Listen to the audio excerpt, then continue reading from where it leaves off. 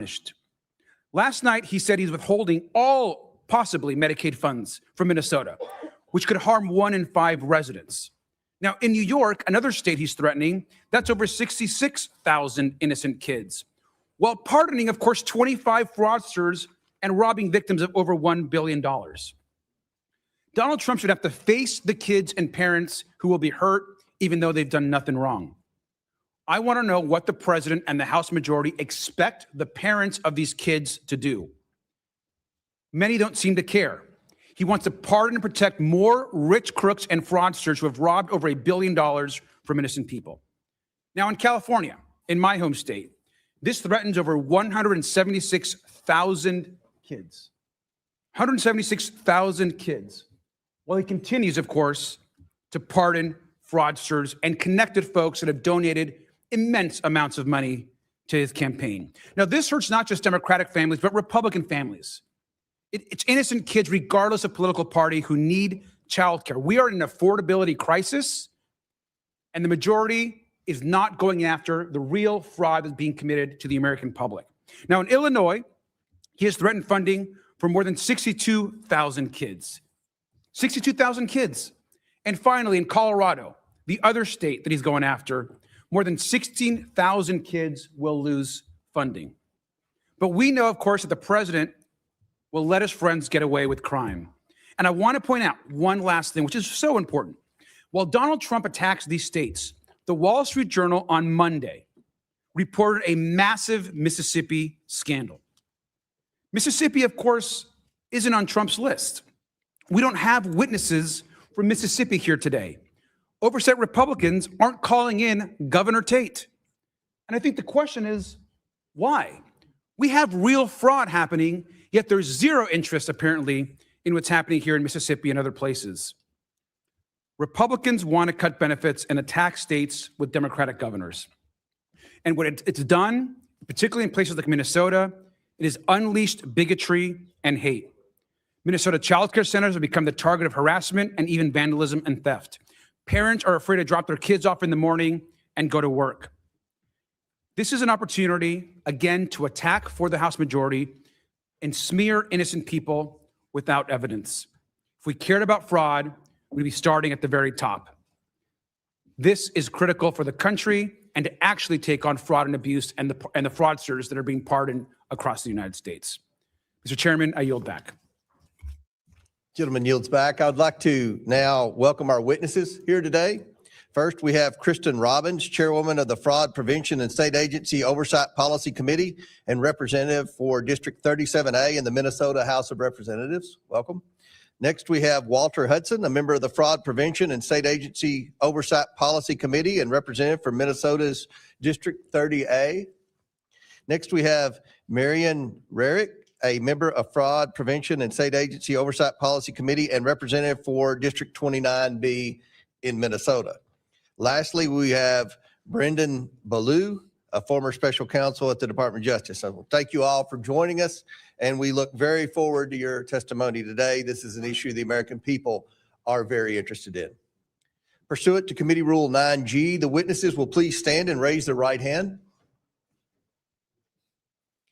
Do you swear or affirm that the testimony you are about to give is the truth, the whole truth, and nothing but the truth, so help you God? Let the record show that the witnesses answered in the affirmative.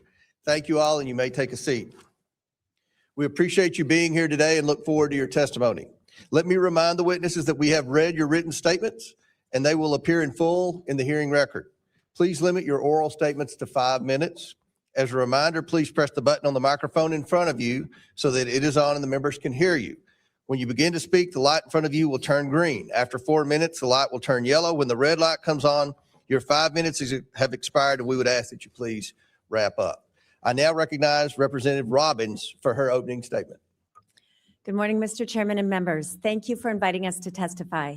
As chair of the Fraud Prevention Committee in Minnesota, I've been working to uncover the massive fraud under Tim Walz, propose solutions, and hold state agencies accountable. Today, I will highlight the scale of the problem, outline the work our committee is doing to fight the fraud, and provide a roadmap for other states on how to detect and stop fraud. Minnesota is one of the highest tax states in the nation. and hardworking Minnesotans have been told that they don't pay their fair share for years. In truth, Minnesotans pay much more in taxes than in other states. And when they pay their taxes, they expect that their money is going to things that help our communities: roads, schools, healthcare, and law enforcement. They do not want their tax dollars absconded by criminals to buy resorts and apartment buildings in Kenya, property in Turkey, and luxury homes and cars in the US. Tim Walz and his administration have willfully turned a blind eye to crime in the face of countless whistleblower and auditor reports, as well as stories by local investigative journalists and the Center of the American Experiment. These are actual crimes that must be punished. They are crimes against our moral values and erode trust in government. The time for accountability and justice is here. First, we are unearthing staggering amounts of fraud in Minnesota. As far back as 2014, there were credible whistleblower allegations of millions in daycare fraud. Instead of shutting it down, the state minimized whistleblower reports and allowed fraud to grow. Unfortunately, childcare fraud was just the tip of the iceberg. Since 2019, Tim Walz and Minnesota Democrats have allowed fraud to absolutely explode in Minnesota.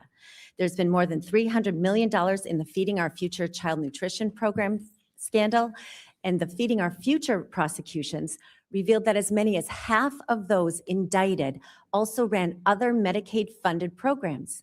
Yet despite this being known back in 2023, Tim Walz and his agencies have done nothing to stop those defendants from getting additional state money. We have now found fraud in multiple Medicaid programs, including autism centers, sober homes, non-emergency medical transportation, integrated community supports, and housing stabilization. Just last month, our committee held a hearing on credible allegations of fraud in two new areas: adult day services and assisted living. First, U.S. Attorney Joe Thompson, the leading prosecutor in these cases from the Biden administration and the Trump administration, says the fraud could be an astronomical $9 billion. In the face of mounting reports and literal criminal indictments and convictions, the Walz administration has repeatedly and publicly denied or downplayed the fraud. Just last January, the commissioner of DHS, Jody Harpstead, who'd been on the job for 5.5 years, said, "There's a lot more rumors of fraud than there is actual fraud." You cannot make this up. The Walz administration has been gaslighting Minnesotans on the scale of the fraud problem for years. In response, when Republicans took control or ended Democrat control of the Minnesota House last year, we created the Fraud Prevention and State Agency Oversight Committee. Since last February, we have held 15 hearings where we have grilled officials, exposed new areas of fraud, and repeatedly flagged failures in internal controls. I authored a new law to expand whistleblower protection, and we created a portal, mnfraud.com, resulting in a surge of new whistleblower reports that our amazing staff is still working through. Under the leadership of our Vice Chair, Patty Anderson, we passed a bipartisan bill in the Senate to create an independent Office of Inspector General. When it got to the House, Democrats killed it because the DHS commissioner testified against it. The Tim Walz administration has utterly failed to protect Minnesota taxpayers and vulnerable citizens, ignoring years of credible reports and retaliating against those who spoke up, often by claiming they were racist or Islamophobic. Tim Walz and the Democrats have repeatedly protected their political base at the expense of all Minnesotans. Other states should learn from the failures of the Walz administration. So I'll give you a quick roadmap on how to find and stop fraud. First, culture matters. Fraud flourishes when leaders ignore it and criminals see they can get away with it. Second, fraud flourishes when basic internal controls are not followed. This is not complicated. Third, you have to look at the interconnections of relationships in businesses in multiple program areas in Medicaid. It's a huge red flag that has been ignored in our state. Finally, it is important to say what is true and to stand up against fake allegations of racism or Islamophobia. Crime is crime, no matter who is committing it. It is true that the majority of the fraud in Minnesota has taken place in the Somali community. And it is also true that some of our best whistleblowers are from the Somali community. Democrats refuse to acknowledge this truth, and that has enabled criminals to steal billions and hurt our vulnerable citizens. Mr. Chairman, thank you for the opportunity to share the lessons from Minnesota and for your help in investigating these crimes. The time for justice and accountability is now.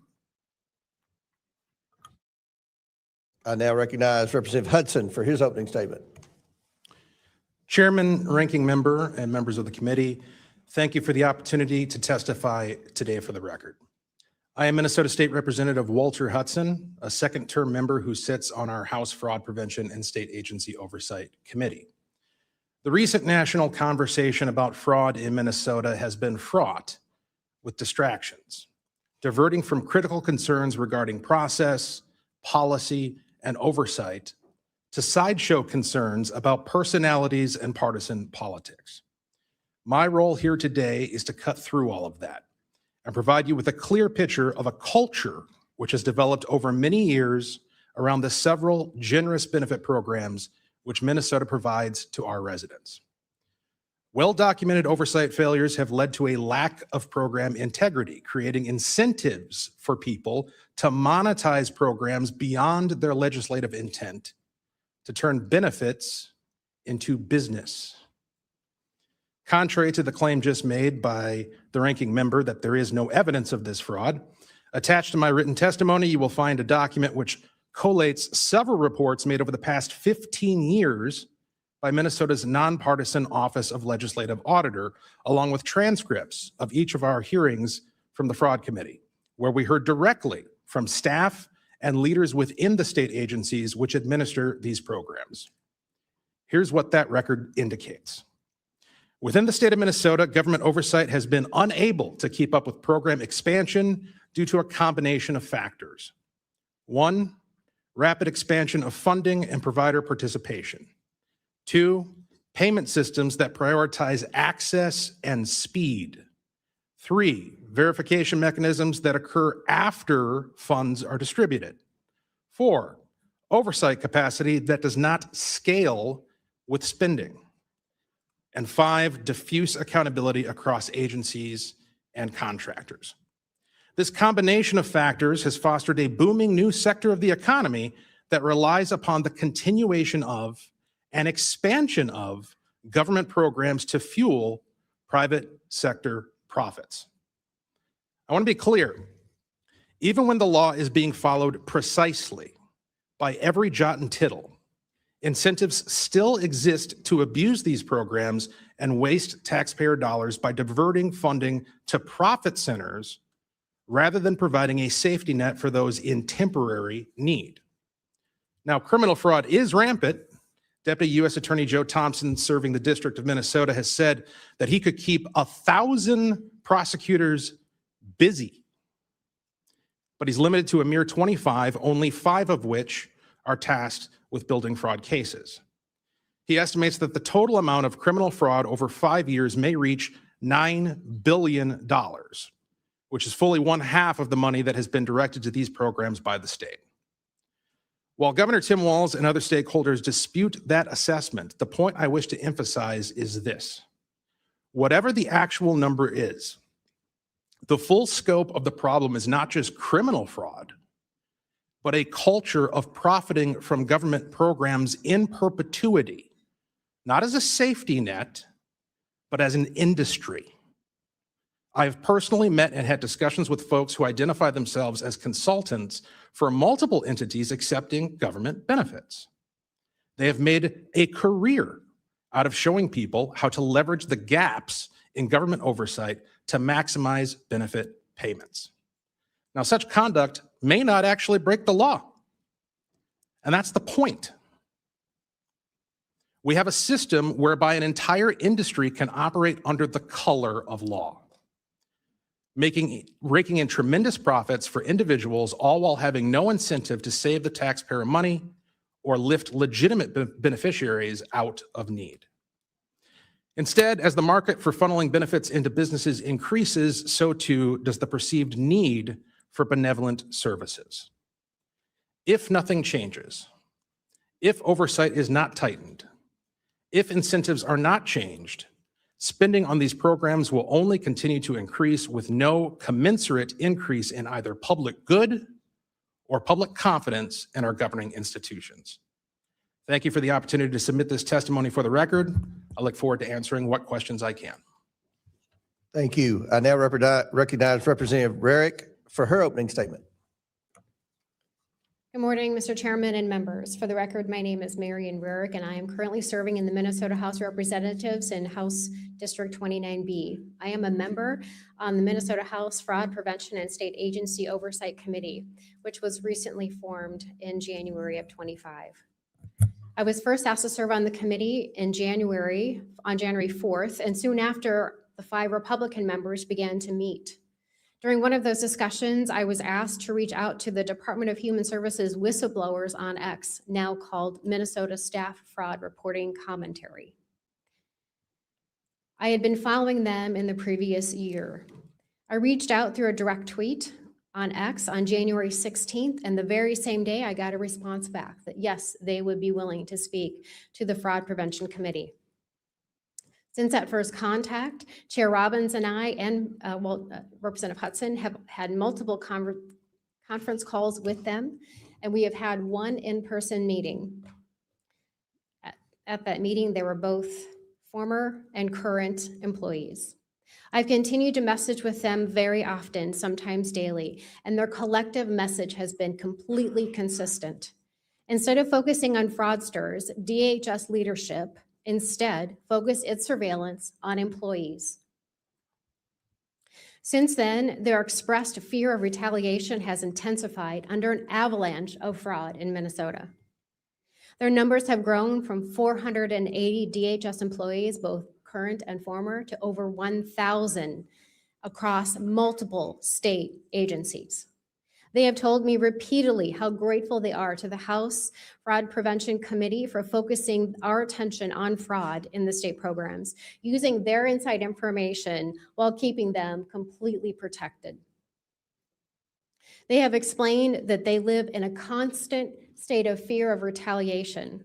One only has to look at what happened to Faye Bernstein to understand why. In a very recent Newsweek article dated December 13th of 25, Ms. Bernstein, a former compliance specialist, stated, Minnesota DHS functions in the opposite manner as you would think. Employees who suggest improvements or, heaven forbid, report fraud then face significant retaliation. The messenger is shot. In 2019, Bernstein said she alerted Minnesota DHS officials to sloppy contracting practices that were not legally compliant. But it's not what most people would even consider fraud. She says she was later escorted out of the building, faced lengthy investigation, got trespassed from all DHS owned and leased properties, and received involuntary transfer to another state agency. So she says, so today if someone asks me, should I report fraud within DHS? I say, no, no, no. It is career suicide plus a whole lot more. So let's talk about that plus a whole lot more. In our face-to-face meetings with a group of whistleblowers, they revealed that retaliation now includes threats of being fired with cause, which means you do not get unemployment insurance in the state of Minnesota, being blacklisted from all state agencies, and I would note most likely our largest counties as well, which are Democrat-run. And then there was a veiled threat of the use of military intelligence against them. They later informed me that it was discovered that in some targeted employees or suspected whistleblowers' personnel files were pictures of their homes and their cars. They also described that supervisors asked them questions about their families that to them felt like a threat. One example was, we need to know where your kids go to school and where their bus stops are. I will also note that whistleblowers we spoke to described many times that DHS used surveillance programs to surveil employees' emails and chats and other communications, looking for keywords like fraud, double billing, underspending, and overpayments. One example that the whistleblowers let me know about Lieutenant Governor Flanagan. April 12th, 2024. Flanagan comes to a DHS Health and Human Services Equity Conference at the Heritage Center in Brooklyn Center. On stage, Flanagan acknowledges the X account and the fraud concerns it raised and publicly denounced the X users and called them weirdos and losers sitting in their mother's basement. This was in a public setting with hundreds of participants and it elicited gasps among the crowd. Thank you, Mr. Chairman. Thank you. I now recognize Mr. Ballou for his opening statement. Thank you. My name is Brennan Ballou. I'm a former federal prosecutor and a native Minnesotan. Like all Minnesotans, like all Americans who have heard this story, I am deeply distressed by the fraud on the state's social service programs. Most notably, in 2022, the Department of Justice indicted 47 people for stealing an estimated $246 million in funds meant to feed children during the COVID-19 pandemic. As late as 2025, 78 people have been indicted as part of the scheme and 56 have pleaded guilty. More recently, the department has charged over a dozen people for stealing $14 million from a program meant for children with autism and millions more from a program meant to help disabled Minnesotans maintain stable housing. This is heartbreaking for several reasons. At the most basic level, money meant for the neediest among us, the hungry, the disabled, the destitute, was stolen. I fear that skepticism of Minnesota's social safety net, one of the things that makes the state great, will grow, and it will be harder to fund these programs in the future. And I fear that the actions of a few people will be used to demonize an entire population of Somali and East African Minnesotans who overwhelmingly have made the state more vibrant, more diverse, and more prosperous. I also fear the selective interest in fraud in America, because at the same time that these crimes are rightly being investigated by state and federal authorities, the larger infrastructure for prosecuting fraud and white-collar crime is being dismantled. Let me give you a few examples. In February 2025, the Department of Justice paused enforcement of the Foreign Corrupt Practices Act, which prohibits foreign bribery, and criminal violations of the Foreign Agents Registration Act, which, as the name suggests, prohibits acting as a secret agent of a foreign power. Between February and April of last year, the department disbanded its Klepto Capture Task Force, which enforced sanctions against Russian oligarchs, and the National Cryptocurrency Enforcement Team. And last year, the department forced out most of the lawyers of the Public Integrity Section, which prosecutes crimes by government officials, announced plans to dismantle the Tax Division, which prosecutes tax evasion, and shuttered the FBI task force that investigated congressional misconduct. More than just dismantling infrastructure for pursuing violations of the law, the government is, for favored defendants, appearing to enable it. In 2024, the Justice Department indicted Andrew Wiederhorn, the CEO of a casual fast food chain, for allegedly stealing $47 million from his own company. After his business donated $100,000 to the Trump inaugural committee, his case was dropped and the line-level prosecutor on his case was fired. In 2021, the department sued Boeing for deceiving the government about the software that caused 2 plane crashes, killing 346 people. After donating $1 million to the inaugural committee, Boeing negotiated a favorable deferred prosecution agreement that the judge overseeing the case said, quote, fails to secure the necessary accountability to ensure the safety of the flying public. But he felt compelled by precedent to accept it nevertheless. The examples continue. Banks that contributed to the inaugural committee had litigations against them for violating consumer financial protection laws dropped, and so too did cryptocurrency companies that were investigated and sued by the Securities and Exchange Commission and who contributed to the inaugural committee. Crucially, those crypto companies that did not donate to the committee or other affiliated entities remain defendants of the government. The scale of these frauds involve millions stolen and hundreds killed, and yet they have received a fraction of the attention of the fraud that happened in Minnesota.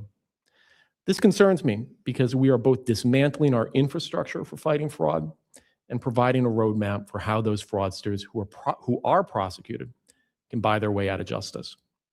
While we need to pursue the fraud we're seeing in Minnesota's social safety programs for all the reasons I said, because it is the weakest among us who are being harmed, we cannot selectively show an interest in fraud. If we do, we put some people, the very powerful and the very rich, beyond the reach of the law. Thank you. Thank you all for your opening statements. We'll now begin the questioning portion of the hearing, and our chair recognizes Mr. Gill from Texas for the first question. Thank you, Mr. Chairman. Thank you for holding this hearing so expeditiously. We all know this is an important issue, not just in terms of welfare fraud, but also immigration more broadly. So we appreciate it. And thank you for the witnesses for taking the time to come here. I want to start with you, Mr. Balu. Again, thank you for being here. Let me ask you, does large-scale Somali immigration make Minnesota stronger or weaker? Certainly stronger. Certainly stronger. Do you know what percentage of Somali-headed households in Minnesota are on food stamps? No. 54%. Do you know what that number is for native Minnesota-headed households? Well, to be clear, a majority of the It's 7%. There's a big difference between 54% and 7%, is there not? Excuse me, sir. Could I answer the question? Let me move on. We've got a lot of questions here. What percentage of Somali-headed households in Minnesota are on Medicaid? I don't know. It's 73%. Do you know what that number is for Minnesota native households? Again, you're using the phrase Minnesota native households, but the majority. The number is 18%. That's quite an astounding difference. I think we would agree. Can I answer the question, please? Let me ask you one more, and then we can go on to that. What percentage of Somali-headed households are on welfare in general? I don't know. It's 81%. What about, let me just ask you, after 10 years of being in the United States, what percentage of Somali immigrant households continue to be on welfare? I don't know. The number is 78%. So even after 10 years, 78% of Somali immigrant households continue to be on welfare. Do you know what that number is for native Minnesota-headed households? Again, you're using the phrase, non-Somali immigrant-headed households. if I can just answer the question, Go when for you're it. using the phrase native Minnesotans, the majority of Somali Minnesotans are as Minnesotan as any of us. They were born in the United States. It's only 8,000 of the 108,000 And Somalis. nevertheless, the welfare usage is astoundingly different. Let me ask you again, does that make Minnesota stronger or weaker? Again, I'd like the opportunity to answer the question here. Go for it. So again, the majority of Somali Minnesotans are born in the United States, as I understand it. Okay, It's well, what percentage can of working age Somalians who have been in the US for 10 years or more, how many of them speak English very well? I don't know. About half. The answer is about half. That seems pretty low, doesn't it? Again, I keep That trying to doesn't make, sound like something that makes our country stronger to me, and I think most Americans would agree with me on that. I need to move on. Ms. Robbins, when would you say we concretely knew that widespread welfare fraud was occurring in Minnesota? There have been reports since 2009 from the Office of Legislative Auditor. I would say the credible reports on childcare fraud started surfacing 2011 to 2013. So for over a decade. Yes, sir. When do you think Governor Walz knew about this fraud? From the very beginning. He was running for governor in 2018 when there were prosecutions going on, when there was an OLA report, active cases in the news all the time. And what was the Walz administration's response? They actually did nothing when they got into office, and Lieutenant Governor Peggy Flanagan had been on the committee in the legislature that had hearings on childcare fraud. And when they got into office, they did put $5 million into a little more money, but nothing changed. But nothing. And let me ask you, Mr. Hudson, thank you for being here. Did those who commit this fraud, do they typically vote for Republicans or Democrats, in your opinion? In my opinion, thank you for qualifying it like that, I would say they most definitely overwhelmingly vote for Democrats. Do they typically donate to Republicans or Democrats? Not to my knowledge. They In your they don't opinion? donate to Republicans, they donate to Democrats, in my opinion, yes. Got it. So would you say this is the Somali population is an important demographic for Democrats to win over politically? Unquestionably. Got it. And do you think it would have hurt Democrats' political standing with the Somali population to investigate this fraud? Very clearly. Got it. So in other words, you're saying that there was a political incentive to cover up widespread Somali fraud. Is that right? 100%. Got it. Let me ask all three of you. Did the Walz administration and Democrats intentionally, in your opinion, overlook this fraud while it was happening for political gain? I'll start with you, Ms. Robbins. Absolutely. We have credible whistleblower reports that the Department of Human Services Administration, up to the OIG and the commissioner, met with a group called the Minnesota Minority Child Care Association multiple times, and that they were trying to weaken protections. We wanted, Right. we had several changes we wanted to do, and they opposed all of them. And Mr. Hudson and Ms. Rarick, and then my time is up. I would agree. Absolutely. The whistleblowers confirm it. Got it. Thank you. Chair now recognizes Ranking Member Garcia.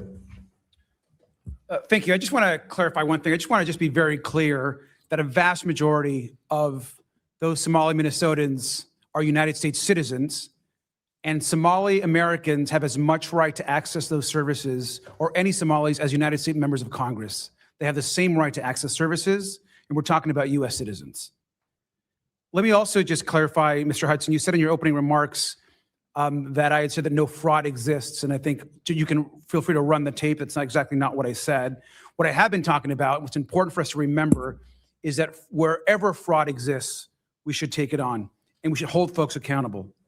And when people commit fraud and people get hurt, there's going to be repercussions, as there should be. We can all agree to that. We want to hold fraudsters accountable. We want to protect the victims and innocent people, so those that can access services can continue to access services across this country. That's how it should work. But we also know that's not how it should work according to President Trump. Now, let's actually talk about real fraud and some fraudsters. Now, we all know that recently, here in Florida, President Trump granted a get-out-of-jail-free pardon to Philip S. Forms. Now, Mr. S. Forms is a nursing home mogul convicted of schemes to defraud Medicare and Medicaid of $1.3 billion. Where is that hearing? This guy just didn't steal from taxpayers. He took advantage of thousands of people, admitting them to nursing homes and living facilities that could not help them. His network of doctors gave out dangerous and harmful treatments and prescribing opioids to drug addicts just to make more money. In 2019, when S. Forms was sentenced, Trump's own DOJ issued a press release that quoted that the man behind one of the biggest healthcare frauds in history will be spending 20 years in prison. 20 years in prison, the DOJ said. Just 14 months later, Donald Trump let him walk free with a pardon. In October of this year, on his 56th birthday, S. Forms was arrested on domestic violence charges. Let's look at another case, another Trump case. Joseph Schwartz, he was sentenced for taking advantage of nursing home residents and workers and defrauding the government of $38 million. Where is that hearing? Schwartz paid lobbyists almost $1 million to secure a pardon from the president, and it worked. In November of this last year, a full and unconditional pardon was granted by President Trump for this enormous amount of fraud. Now let's look at Paul Walzak, a tax cheat whose crimes cost taxpayers almost $1.1 billion, dwarfing what we're talking about today, as he made lavish purchases like a $1 million luxury yacht. Now, Mr. Walzak was supposed to spend 18 months in prison, a fraudster who we want to go after. He should have been held accountable for his crimes. And he was supposed to pay $4.4 million back to the taxpayers. While this pardon application was pending, his mom was invited to a $1 million per person candlelight dinner at Mar-a-Lago with President Trump. She attended, and less than 3 weeks later, her son received a full and unconditional pardon. Now, I'm assuming that our witnesses here today would think this is horrific fraud and would disagree with these pardons. I'd like to just, do you agree with this pardon? I'd like to begin with our witnesses. Sir, I've not looked at the facts of the case or the law, so I cannot make a statement on that. So you can't make a statement on these pardons. You haven't read anything about them in the news, apparently.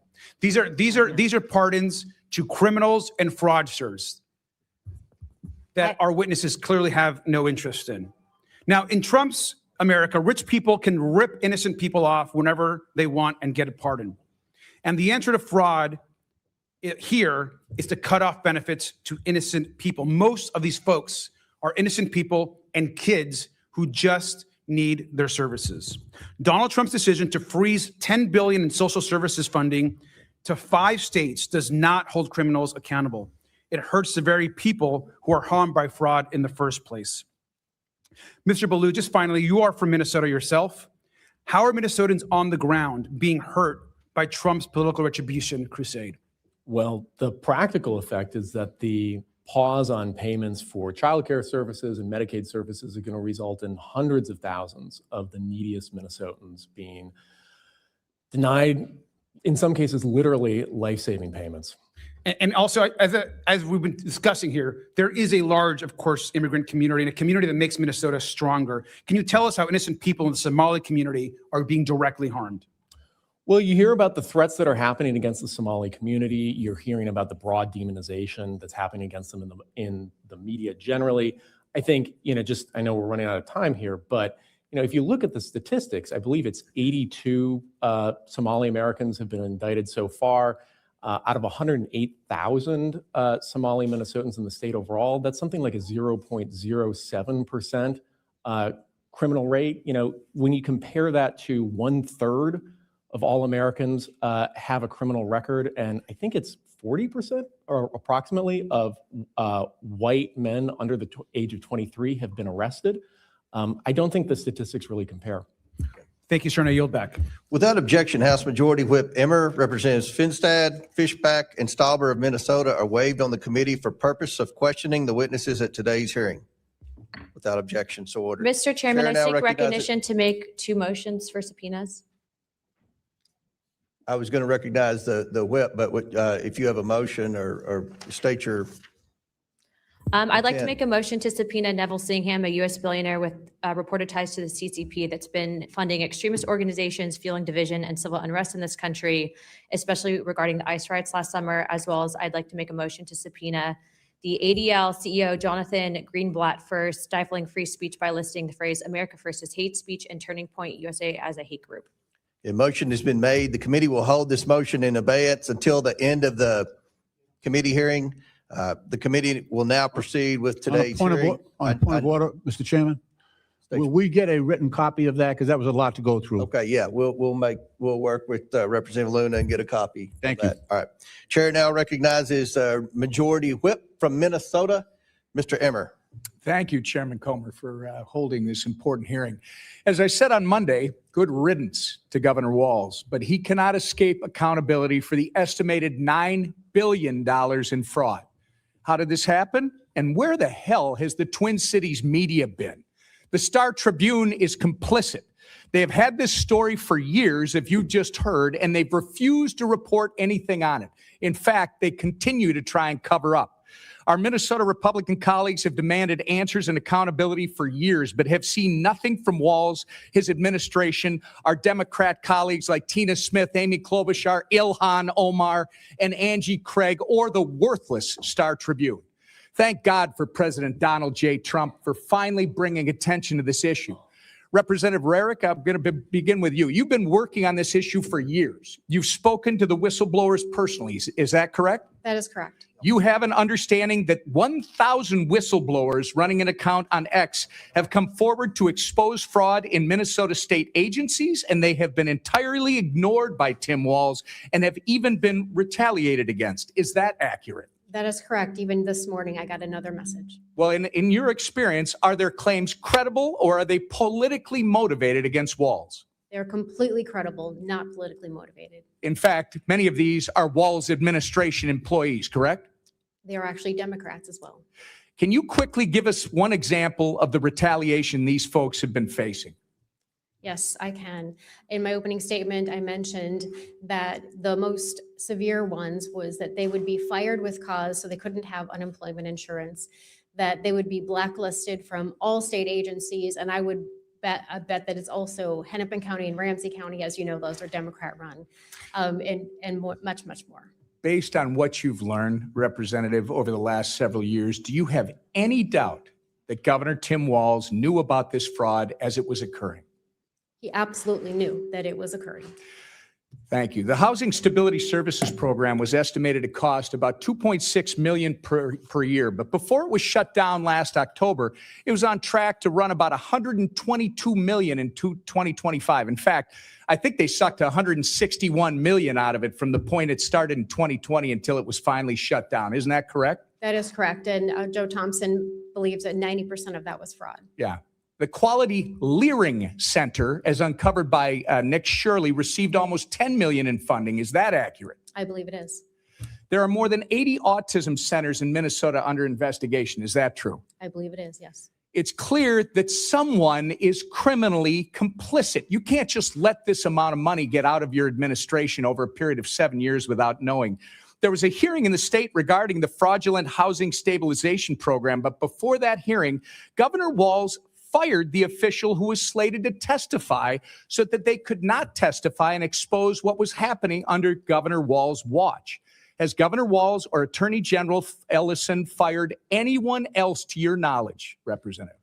Not to my knowledge, and that was Eric Rumdahl, and his administration believes that he was not fired, but I say he was fired because it was too convenient. Right. Representative Hudson, is it true that 90% of the individuals charged, regardless of what your colleague on the panel just said with his facts and figures, 90% of the individuals charged or indicted with the $250 million Feeding Our Future COVID fraud are of Somali descent?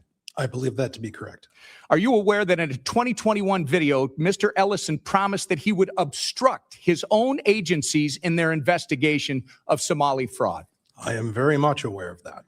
It's no wonder that criminals in the Somali community felt they were free to steal taxpayer dollars. I'm going to ask you the same question I asked Marion. Do you have any doubt that Tim Walz knew about this fraud as it was occurring? None whatsoever. Walz and Ellison were protecting fraudsters instead of investigating them, and it was purposeful. And it's no coincidence that this is occurring largely in the Somali community. Walz made a sanctuary state, Minnesota, a sanctuary state. He gave free health care, free college, and free licenses to illegals. And Walz looked the other way when Somali immigrants were stealing. Representative Robbins, do you have any doubt that Tim Walz knew about this fraud as it was occurring? None whatsoever. So all three of you have no doubt in your minds that Tim Walz knew about the $9 billion of fraud during his tenure as governor and did nothing about it. It looks like my time is about to expire, and I do want to say to all of you, on behalf of Minnesota, thank you for being here, and justice will be served. Thank you, Mr. Chairman. Thank you, Mr. Whip. Chair now recognizes Ms. Norton from Washington, D.C. Thank you, Mr. Chair. Federal assistance programs are vital for keeping working families afloat and children healthy.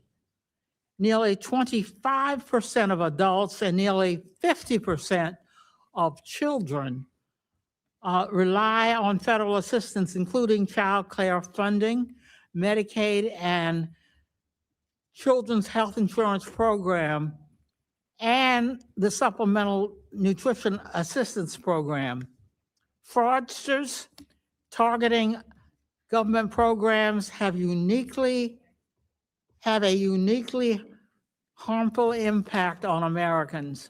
They deprive taxpayers of efficient use of their funds, deprive intended recipients and sometimes the most vulnerable groups in our society of the services and assistance they are eligible for, and they reduce the public trust in government. But answers to fraud is not to freeze critical safety net programs and cause more suffering for Americans who are already struggling to afford everyday expenses. I have worked with my colleagues on the Government Operations Subcommittee on ways that federal agencies can identify and prevent fraud before payments are made. My Oversight Committee Democrat colleagues and I are also proud co-sponsors of Congressional Men's Taxpayer Funds Oversight Accountability Act. This legislation would strengthen the ability of federal agencies to reliably track federal funds, enabling more efficient analysis to identify and stop fraudsters. We can continue to reduce fraud and protect funding from bad actors by empowering oversight bodies like inspectors general and the Government Accountability Office, which are often best equipped to investigate red flags and sound the alarm when there are problems to address. Applying additional safeguards requires a balanced approach that does not pull the rug out from under people, including children who rely on help these programs provide. Congress must not allow partisan actors to seize on the misdeeds of a few in order to gut the vital programs that provide access to federal health care and special health education services, keep American children fed, and keep American parents to work with the knowledge that their children are safe. And I yield back. Gentlelady yields back. Chair now recognizes Mr. Jordan from Ohio. Thank you, Mr. Chairman. Mr. Hudson, who is Salim Saeed and Amy Bach? I recognize those names as defendants in the Feeding Our Future trial. They ran Feeding Our Future, is that right? That's correct. And they've been indicted? That's correct. They've been convicted? That's correct. And they're in jail waiting sentences, is that right? As I understand it. Okay, I want to go back because earlier with Mr. Gill, you said that they overlooked the fraud. I think it's worse than that. I think they helped it along. I'm going to go to this meeting that took place, or actually I want to go to March 30th, 2021. Is it true back in March of 2021, the Minnesota Department of Education suspended payments to Feeding Our Future, that program? Is that right? I believe that's correct. And then a month later, they resumed payments. That's correct. What caused them to change their mind? In my opinion, what caused them to change their mind was pushback from their constituency within the Somali community who accused the state agencies of being racist. But what caused them to stop it in the first place? Was it whistleblowers coming forward? Was it like this something's not right here? What happened? Apologize for the misunderstanding. The reason they stopped the funds in the first place is because they had credible allegations that there was fraud taking place. From whistleblowers and others. Correct. And just they're doing their job looking, this doesn't make sense. We got all these programs, no one's getting fed, and yet money's going out the door like crazy. So they suspended it. And then they started it back up, right? Was there any threat of a lawsuit from the Somali community and folks affiliated with Feeding Our Future? Mr. Jordan, there was more than a threat. They actually did. They did? And what was the alleged claim in that lawsuit? That they were victims of racial discrimination. Oh, they played the race card, huh? All this Right. fraud going on, money going out, and they played the race card. Now, it was when I talked about not just overlooking it, there was a meeting that took place between the Attorney General and affiliates of Feeding Our Future. Is that right? That is correct. And what happened at that meeting? Do we know? Yeah, we do, because we have it on tape. There was an audio recording made at that meeting that was entered into evidence in the Feeding Our Future trial. And it was later revealed through work from Center of the American Experiment, the full recording. And my observations of what took place in that meeting was that Attorney General Keith Ellison was focused on one thing and one thing only, and that was keeping these folks in business. There were no questions that he asked of these folks about how the kids are doing, the operation, how they're getting fed, who's being helped. Instead, the focus was entirely on ensuring that the money continues to flow. And I'll add that he went so far as to say that he was going to fight these people in reference to the state agencies. The state agencies are his client. Yeah. And when you said money's going to flow, did money flow to Mr. Ellison's campaign a couple weeks later from some of the folks who were in that meeting? Sure did. How much, do we know how much that was? I do not have that number. So it wasn't just overlooking the fraud. They were actively trying to make sure this program continued, and then they benefited from that politically with contributions to their campaign, all in this same year, all in 2021, when this was all coming to a head. Is that accurate? That is my understanding. And this fraud is much bigger than this, because as I look, it's like 6 different federal agencies. Department of Homeland Security, Health and Human Services, Small Business Association, Housing, Urban Development, Department of Labor, Department of Agriculture. In this program and a bunch of others, they were shaking down the entire federal government, it looked like. 6 different federal agencies. I think you pointed out, over the last 15 years. That's correct. And not only are the Democrat administration overlooking it, they're helping it along. They're assisting it. They're going after whistleblowers, as your colleague pointed out. And they're benefiting from all this politically with contribution to their campaign, not to mention the voting issue that you referenced earlier as well. Is that all accurate? I believe so. Oh, now there's more than 6 agencies involved. There's 6 federal agencies that got shaken down, but there's 2 other agencies involved now. the FBI and the DOJ, right? How many people have been indicted now? I do not have that number in front of me, but it's significant. And I don't know how long y'all been in the legislature. We appreciate your work, appreciate what you do. But have you ever seen anything like this in your time in the I've never seen anything like this in an agency. Ms. Robbins, you're the chair.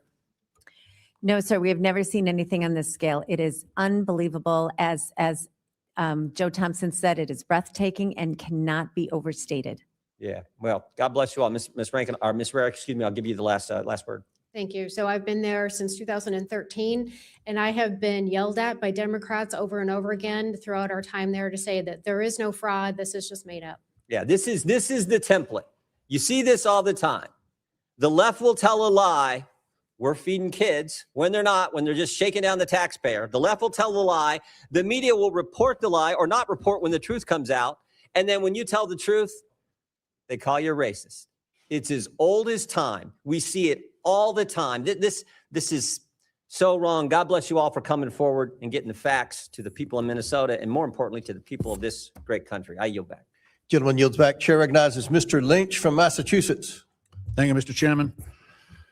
I want to be clear that fraud is unacceptable at any level. However, I did have an opportunity to spend the day with a bunch of my kids in my district at my local Head Start Center in Quincy and the Wahlberg Center.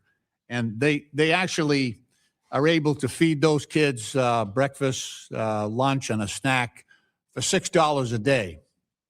And I just want to say from this committee, this investigative committee, if we're really looking for fraud, if we're truly looking for fraud, in addition to all the cases that Mr. Ballou listed, we don't need to go far.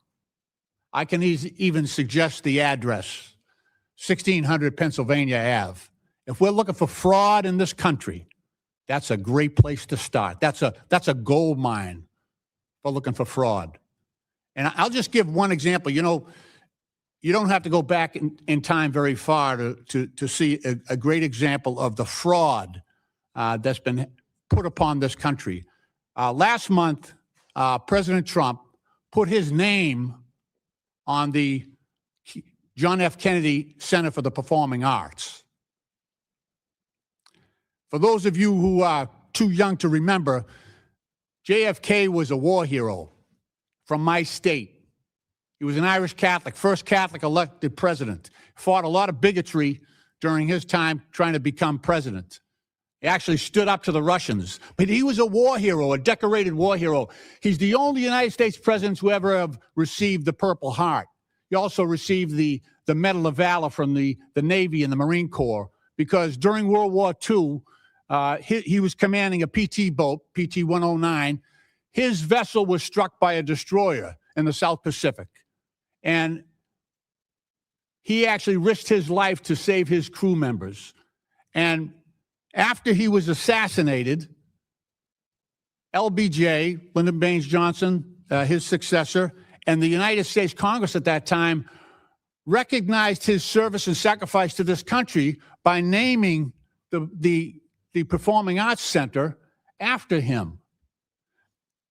He had raised most of the money to build that center, he and Jacqueline Kennedy. And it is shameful. It is a case of stolen valor for this president to put his name above the name of John F. Kennedy. That is a fraud being perpetrated on this country right now.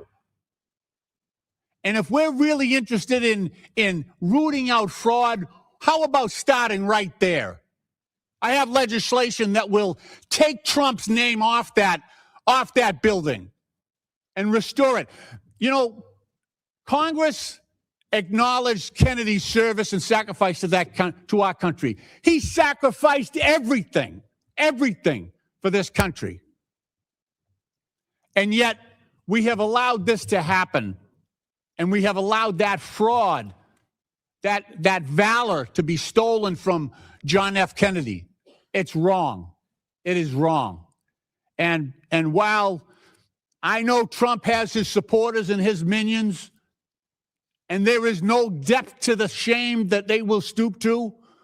But we as Americans should defend the history, defend the goodness that has been done by previous leaders.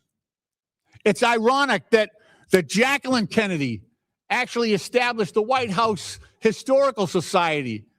And she did so in a manner that she said we should honor every president within the White House, regardless of party. But because of the service and the sacrifice that they have made on behalf of our country. That's a much different sentiment that is held at the White House today when you see the shameful plaques that have been put up by this president denigrating previous presidents and their service to this country. So I hope my colleagues will join me in that legislation to restore the John F. Kennedy Center for the Performing Arts and eliminate this fraud, glaring fraud that's being perpetrated on the American people. Mr. Chairman, I yield back. Chair now recognizes Byron Donalds from the great state of Florida. Thank you, Chairman. Before we begin, I have a letter to submit for the record titled Collective Request for Congressional Oversight, Systematic Retaliation and Governance Failure at the Minnesota Department of Human Services. Chairman, this letter was written by the whistleblowers and has been provided to the committee. I want to submit that for the record. Without objection, so ordered. Ms. Rarick, first of all, thank you for your service to the state of Minnesota. I want to refer back to your commentary about a meeting where the lieutenant governor of the state of Minnesota, Lieutenant Governor Flanagan, came and admonished these whistleblowers. Can you go into more detail about what was said in this meeting? Thank you, Mr. Congressman. So I don't have any more detail other than what I read into the record. Unfortunately, it was obviously a public meeting and there were hundreds of DHS employees, so Department of Human Services employees there.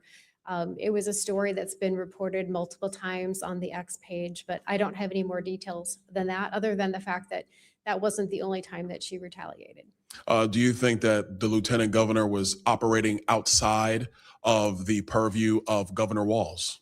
So it's interesting, the timing, and it was before he ran as the vice president. And so she was completely almost tied at the hip with Governor Walz at that time in history. I think it's important for people to understand that in virtually every state in the country, the lieutenant governor is essentially chosen by the governor.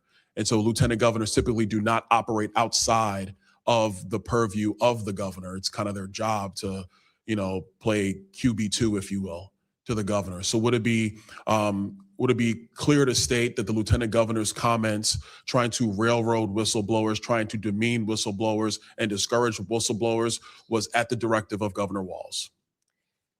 You can definitely assume that because, like I said, at that moment in time, up until the point where the governor ran for VP, she was seen at literally every press conference. She was in all the meetings. They were tied at the hip. They were always together. So if she was saying it, he had approved it. I'm certain of it. Well, I guess you could say she's kind of a knucklehead too. Moving on, the list of programs in the fraud in Minnesota are rampant. You have the Child Care Assistance Program. You have the Feeding Our Future. You have the Housing Stabilization Services. You have the Early Intensive Development and Behavioral Intervention. You have Integrated Community Supports. Ms. Robbins, you're the chair of the investigative committee. The depth of fraud that you have seen, were there controls in place in the state of Minnesota that could have prevented this fraud? And were these controls ignored by the Walz administration and by the Department of Human Services? Absolutely. So we have many whistleblower reports talking about how DHS undermined ability to strengthen internal controls. So for example, there was an effort for the Child Care Assistance Program. They have a clear and convincing evidence standard to disqualify someone from being a provider, where all the other programs are a lower standard, preponderance of the evidence. There was an effort to make this a lower standard so it was easier to disqualify people to preponderance. And the Minnesota Minority Child Care Association, which was run by a group of Somali providers, opposed it, and DHS went along with their recommendation. And in a similar vein, we were trying to reduce the number of childcare employees with children that could work in these childcare centers, because that was one of the vectors of fraud, Right. and they opposed that. So you had the Somali community who on purpose was petitioning the state of Minnesota to lower the standards to be able to make sure that fraud could not be caught. Is that correct? Well, they wanted to keep the standard clear and convincing, which makes it harder to disqualify people. So it makes it harder for them to be disqualified from wasting taxpayer funds. Is that correct? Absolutely. Okay. Ms. Robbins, I want to stay with you. I want to talk about use of funds. You've talked about some of these funds were used to buy property in Kenya, Yes, sir. property in Turkey. Do I have that correct? Yes. Remittances back to Somalia. Yes. I think it's important for the committee to understand that these remittances in part are used in what's called the Hawala. I want to make sure I have the terminology right. The Hawala network. Ms. Robbins, can you speak to what the Hawala network is? Yes. So it's an informal network where someone goes to a Hawala place in Minneapolis, which is like a money exchange or a money sending site, and they say, I want to send X amount of dollars. And then there's a receiving site in Somalia, and they put take the cash out. So money doesn't cross the border. It's an order for money here that gets transmitted to Somalia. For the time, because I'm out of time, I want to expound. In Somalia and other parts in the Middle East region writ large, a Hawala network is a bunch of money exchangers, hand to hand, not bank account to bank account. Exactly. And what is clear in Somalia and other parts is that Al-Shabaab, the largest Al-Qaeda affiliate in Somalia, they have their hands all through this network. So taxpayer money, United States dollars that are being remitted into Somalia in parts have been utilized or have fallen into the hands of Al-Shabaab. Do you think that's a correct assessment? Yes, we have plenty of evidence of that, from money directly going to Al-Shabaab, but then also indirectly because they take a cut of whatever gets sent to Somalia. Thank you so much, Chairman. I know I'm over. Thank you for the additional time. Mr. Chair, I seek recognition for unanimous consent request. Chair recognizes Ms. Presley. I ask unanimous consent to enter into the record a December 2025 article from the Minnesota Star Tribune titled, "Contrary to Trump's Claims, Somalis Add $8 billion to Minnesota's economy." Without objection, to ordered. Chair recognizes Ro Khanna from California. Thank you, Mr. Chairman. Mr. Chairman, fraud, waste, and abuse is not a partisan issue. FDR in 1932 with the New Deal railed against inefficiencies and fraud and waste in state and local government. I want to be clear. Many in the Democratic Party stand against the misappropriation or misuse of taxpayer dollars. The reality is, as a progressive Democrat, I believe the ultra wealthy should pay more. But I want that money going for the health care, the child care, and the education of the American people. It offends me if there is waste or fraud in any of our states. That's why I called for people in my state of California to share stories of inefficiencies, fraud, or wasteful spending. I partnered with the All In podcast to advertise that we need to be responsible stewards of our tax dollars. And I believe we should be doing this for all 50 states.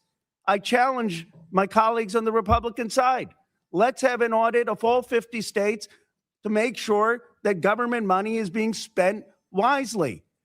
We don't need to make these partisan hearings. Every American has a stake in making sure that they have a receipt for where their tax dollars are going. Every American has a stake, if we're going to ask them to pay tax, to make sure that that money isn't being wasted.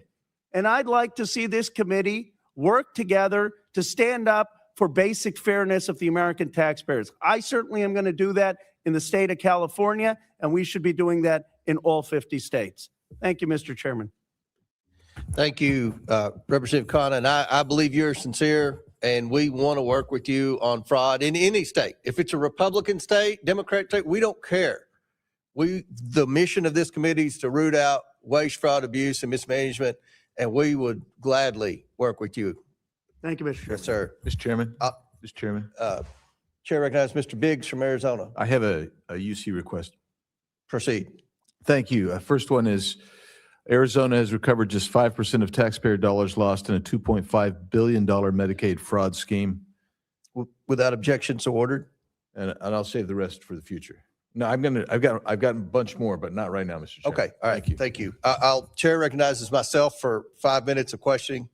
Yesterday, Minnesota's Office of the Legislative Auditor published an audit of the state's Department of Human Services Behavioral Health Administration grants. I'd like to enter that report and its cover letter into the record. Without objection, so ordered.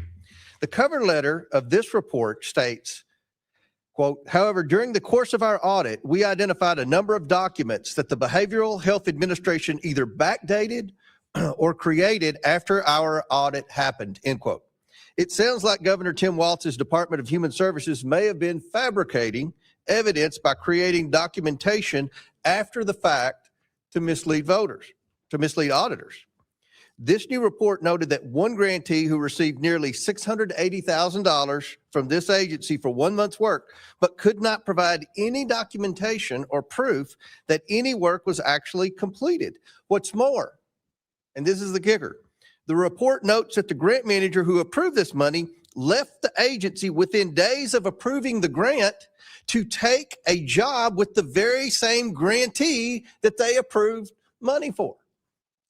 So very quickly, Representative Roberts, have you ever seen anything like this in your time as a member of the Minnesota's Fraud Prevention and State Agency Oversight Policy Committee? We have heard whistleblower reports of backdating and falsification before, and we also have a record of earlier in the CCAP, the child care fraud, where they would allow the providers to submit records far after the investigation and accept them as true. So clearly this has been a pattern at the agency and it's unacceptable. Unbelievable. And we want to work with you. We want to work with these whistleblowers. We're serious about this. The Trump administration's on the ground. We want to catch these people and we want to put them behind bars, and we want to hold any politician that participated in these schemes accountable. Representative Hudson, who's to blame for this dysfunction? Well, the blame can go around quite a bit, but as Tim Walz himself said, the buck stops with him. Representative Robbins, do you have any examples of how the Walz administration blocked investigators from moving forward with high priority fraud investigations? Yes, we do, Mr. Chairman. I've met with whistleblowers and gotten documents from them about how after the original CCAP whistleblower report came out in March and April of 2019, subsequent to that, there was an Office of Inspector General within DHS that had investigative authority to do surveillance, warrants, and seize electronics, and they were shut down. They were told they could no longer do criminal investigations. They were told they could no longer meet with the Bureau of Criminal Apprehension agents that were assigned to them without supervisor's approval.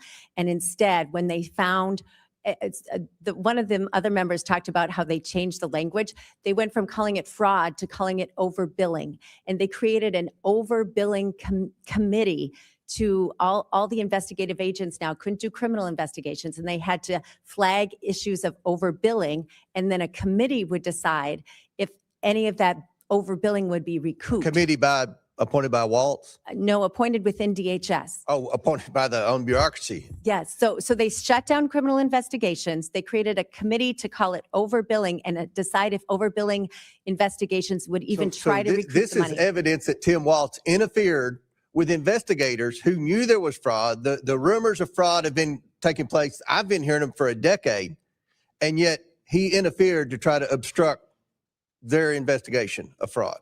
Yes, his agency shut down criminal investigations. Representative Hudson, we didn't get $9 billion stolen overnight. How did the fraud in Minnesota become so widespread? Well, listen, let me give the maximum benefit of the doubt that these programs were designed for a beneficial legislative intent.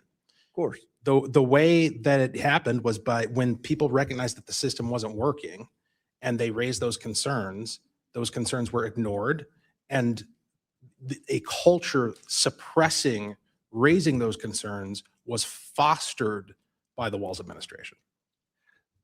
So obviously there was a lack of oversight by the Walz administration. Why would Governor Walz let $9 billion in fraud occur? Mr. Hudson. In my opinion, because it was politically beneficial to Democrats. Again, the Somali community is a huge constituency group, and we've had some tight races in Minnesota, and it makes a difference for them. Because it's a huge part of the Democrat voting base in Minnesota. Is that correct? Correct. Representative Varick, Governor Walz's announcement not to seek a third term seems to be an admission of guilt, I think, to most Americans, and an attempt by the Democrat establishment to cover up his role in the rampant fraud. He claims this is so he can focus on defending the people of Minnesota against criminals who prey on our generosity. As someone who has been in the Minnesota legislature longer than Tim Walz has been governor, can Governor Walz actually be trusted to defend Minnesotans when he allowed fraud to fester for his entire tenure as governor? Mr. Chairman, if Governor Walz was serious about stopping fraud, he would have done it in 2019 when he took office. He has done nothing other than appoint commissioners that suppressed fraud and retaliated against their own employees. And just think, this man was almost elected vice president of the United States. This was the pick for the sitting vice president of the United States to be the next vice president of the United States. This is unbelievable. If people aren't held accountable, if people don't go to jail for this, this will continue, not just in Minnesota, but other states. And we're going to do everything we can on this committee to work with you all and every whistleblower in Minnesota and any other of the 49 states who wants to come forward to expose waste, fraud, and abuse. We're going to work with you and eliminate it and hold people accountable. Chair now recognizes Mr. Mfume. Is that right? Mr. Chairman, I just have a UC request. Okay, go ahead. First one is from the American Immigration Council. Immigrants contribute billions to federal and state taxes each year, as well as immigrants do not commit more crimes in the U.S. despite fear mongering. Without objection, so ordered. Chair now recognizes Mr. Mfume from Maryland. Thank you very much, Mr. Chair. I want to thank you and the ranking member for bringing us together on this today. I have a request for unanimous consent to enter into the record a letter from James Clark, the Inspector General of the Minnesota Department of Human Services, directed to the Fraud Prevention and State Agency Oversight Committee of the House of Representatives in Minnesota, requesting information on the alleged 700 tips that have been received. I'd like to enter that with unanimous consent, Mr. Without objection, so ordered. Mr. Chair, I know we're up against the clock. Many of us are trying to get to the special briefings on the action that has taken place in Venezuela, and so we are leaving one by one. I do want to try to get a couple of things in before I have to depart also. I want to thank you again. As ranking member of this committee's subcommittee on government operations, it has been my focus to combat waste, fraud, and abuse within the federal government for the last 3.5 years. Regardless of what side you're on, what side of the aisle, or what you believe, as has been stated, everybody should be against fraud. It requires our collective attention to address the issue and to minimize the consequences that we are seeing that are taking place. Not minimize the consequences to the perpetrators, but minimize the hurt to taxpayers in this country. As ranking member of that committee, we have committed ourselves to fight this full and necessary issue over and over again. And I believe that from most of the people I've heard, we all are concurrence that stealing from taxpayers is the wrong thing, period. Now, the distinguished gentleman from Texas, Mr. Sessions, and I, who is the chairman of that subcommittee, have been working together on a bipartisan basis to create a congressional scorecard to assess the progress of key government spending programs in reducing fraud and improper payments, both through the federal government and through states. Additionally, through the American Rescue Act plan, Congress has provided funding for PRAC, as well as the Pandemic Analytics Center of Excellence to deter, detect, and prevent fraud across multiple state agencies and multiple federal agencies. I've also co-led several bills here in the House that address that type of fraud. Congress should defend these programs that seek to find a way to root out this problem, and we need to do that in a bipartisan, nonpartisan way. The Council of Inspector Generals for Integrity and Efficiency in their report a year and a half ago to the Congress and to the president, found that every dollar spent on the Office of Inspectors General, as a result, $26 was saved for every one that was spent. Now, that's a return on investment that taxpayers deserve. And unfortunately, the Trump administration illegally defunded CIGIE last year. And I've joined with my colleagues, several of whom on this committee, in leading several letters to oppose that unlawful set of firings of inspector generals. I urge this administration again and my colleagues to restore the congressionally designated funding to CIGIE and the offices of inspectors general so that we might be able to continue the work necessary to combat waste, fraud, and abuse. Before I yield, I want to thank Mr. O'Connor for his comments that this issue should be nonpartisan, that when we make it something other than that, we take away from our ability to bring about change, and we in some sort of way chip away at the sort of belief that the public has that we are really serious about doing something here. So it was concerning to me also to have heard some of the xenophobia that began earlier in this hearing, Mr. Chairman. Differences versus similarities. And when we do that, we create the problems that we always are trying to do away with. Asking witnesses to give their opinion of Somalis as a general group of Americans. Asking witnesses their opinion.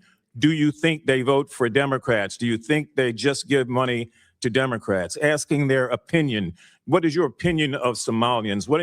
We might as well say, what is your opinion of Jews? What is your opinion of Black people? What is your opinion of Latinos? That sort of thing, although it may sound good and play to the issue, creates a slippery slope. I want to caution people, a slippery slope. We heard earlier that of over 100,000 Somalis in this country, 87 were indicted in Minnesota. That comes out to 0.087%. Those sort of things create, I think, the disbelief that a lot of people have that we're about doing the business that we ought to do. And it gets back to the point that the gentleman from California raised, that we've got to find a way to keep this from being partisan and to keep it from being subjective. I would yield back, Mr. Chair. Gentlemen, you're back. Chair recognize Mr. Biggs before I go to Mr. Crane. Mr. Biggs, you have a UC? Yes, sir. First one is Tim Walz claims he fired people amid fraud scandals but won't name names. Next one, Walz appointees failed to stop rampant Minnesota fraud. Next one, exclusive DHS insider claims systemic issues in addressing fraud. Next one, here's what the Trump administration is doing to crush Minnesota's fraud epidemic. Next one, Minnesota Fraud Committee Chair claims Walz turned a blind eye to fraud warnings for years, and I'll yield back. Without objection, so ordered. Chair recognizes the gentleman from Arizona, Mr. Crane, for 5 minutes. Thank you, Mr. Chairman. Grateful to have elected officials from Minnesota here today who can provide more intimate information regarding this mind-blowing fraud coming from the Somali community in Minnesota. According to Assistant U.S. Attorney Joe Thompson, there is an estimated $9 billion or more in fraud. Many obviously believe that this is just the tip of the iceberg. I want to thank and acknowledge the independent reporters Nick Shirley and Dave Hawk who broke this story wide open. Today, I'm introducing a bill to award Nick Shirley with the Congressional Medal for his explosive work in exposing astronomical fraud in Minnesota. And the reason I'm doing this is because the American people are sick and tired of this, and they're sick and tired of mainstream media not covering any of it. The biggest question that most Americans, however, have is this: is this incompetence at the executive level with the governor and attorney general? Are they involved and complicit? I'm going to start with you, Ms. Robbins. Thank you, sir. My understanding is that they were certainly aware of the fraud and they did nothing to stop it. And there were plenty of opportunities. And their commissioners and their agencies also undermined efforts to tighten internal controls. And according to Ms. Rarick, I believe you said that they were actually going after whistleblowers to suppress the expose of this fraud. Is that correct? That is what the whistleblowers have said repeatedly. Thank you. One thing that is so alarming is the reporting that many of these fraudulent companies are then donating the stolen money back to the same Democrats that are protecting them and advocate for these very programs. Is that correct, Mr. Hudson? I would agree with that statement. Well, we just had one of my Democrat colleagues said these are just opinions. Do you know, are these guys donating money back to Democrats? Yes, they are. I'd like to enter into the record, Mr. Chairman, an article from Breitbart News saying, with the title being Database Searches Show Somali Fraudsters Funding Democrat Politicians. So these aren't opinions. Without It's objection. actually reporting on this. Are you guys aware? You guys are elected officials in Minnesota, right? Are you guys aware of the reporting that some of the stolen money is getting funneled back to the Islamic terror group Al-Shabaab in Somalia? Mr. Robbins. Yes, sir. And we have evidence of it going back as far as 2012, where a man was convicted of sending $21,000 to Al-Shabaab. In 2011, 2 Minnesota women were convicted of sending money to different groups. Someone else, we have multiple references of how the Al-Shabaab takes a cut when the money gets to Somalia through the Hawala network. So I think there's ample evidence on this and federal convictions. Yeah, that's outrageous. Obviously, one of the biggest reasons so many Americans are outraged by this massive exposure is because we generously and often foolishly allow immigrants and people into our country, and then they rob the American people blind while our debt skyrockets and the American people struggle to make ends meet. Are you guys hearing from your constituents the same outrage that I'm hearing from mine about this issue? Minnesotans are fed up. Everywhere I go in the state, Minnesotans are so frustrated. As I said in my opening remarks, we are a highly taxed state, and they are angry that this much of their money, $9 billion, is being absconded by criminals. Mr. Hudson, are you just hearing from Republicans on this, or are Democrat constituents like, oh my God, I'm struggling to put my kids in school, struggling to make ends meet, and my tax dollars are being robbed by people, and then they're sending it all over the place, and this is complete fraud. What is going on, and why hasn't anything been done about it? I'll give you a personal example. So my family, my in-laws in particular, are politically diverse. A lot of them vote for Democrats, and they're fairly apolitical. They're not like me, all plugged in. And so I kind of use them as a bellwether for what the people are thinking. Across the board, everybody is upset about this fraud. And I'm guessing when you guys bring this up, whether it's to the Walz administration, whether it's to the AG, the number one thing that comes back at you is you're a racist, you're a white supremacist, or you're an Islamophobe. As we've seen Governor Walz now trying to answer for these questions. He's doing it at the national level. Do you guys hear the same thing at the state level as well? Yes, absolutely. They always pivot to the divisive. As I stated in my opening statement, it's diversion, right? We're going to talk about personalities. We're going to talk about partisan politics. We're going to find some way to get people yelling at each other rather than looking at the problem. Or like you've heard my colleagues do on this panel, it's Donald Trump, baby. Yep. It's all about Donald Trump, right? The old pivot. We're not going to talk about what's going on in Somalia and not going to talk about what's going on in Minnesota with this massive fraud scandal. We're going to talk about Donald Trump. With my remaining seconds, can we play the video I have, Mr. Chairman? Or did we run out of time? We did run out of time, but can we put that in the record with that? Can we? Thank you. Thank you, Mr. Chairman. I yield back. Okay. Thank you. Representative Crane yields back. Chair recognizes Ms. Stansberry from New Mexico. Thank you, Mr. Chairman, and Happy New Year. Welcome to our guests. Thank you to our legislators for being here today and to our guests. You know, I come to these committee hearings, I'm ready to debate the topics. I'm grateful that you're bringing this case to our attention. Yes, we need to prosecute these crimes, period. Let's do that. And I'm also grateful to see that this committee is actually conducting a hearing that is in its jurisdiction, which is oversight over government fraud.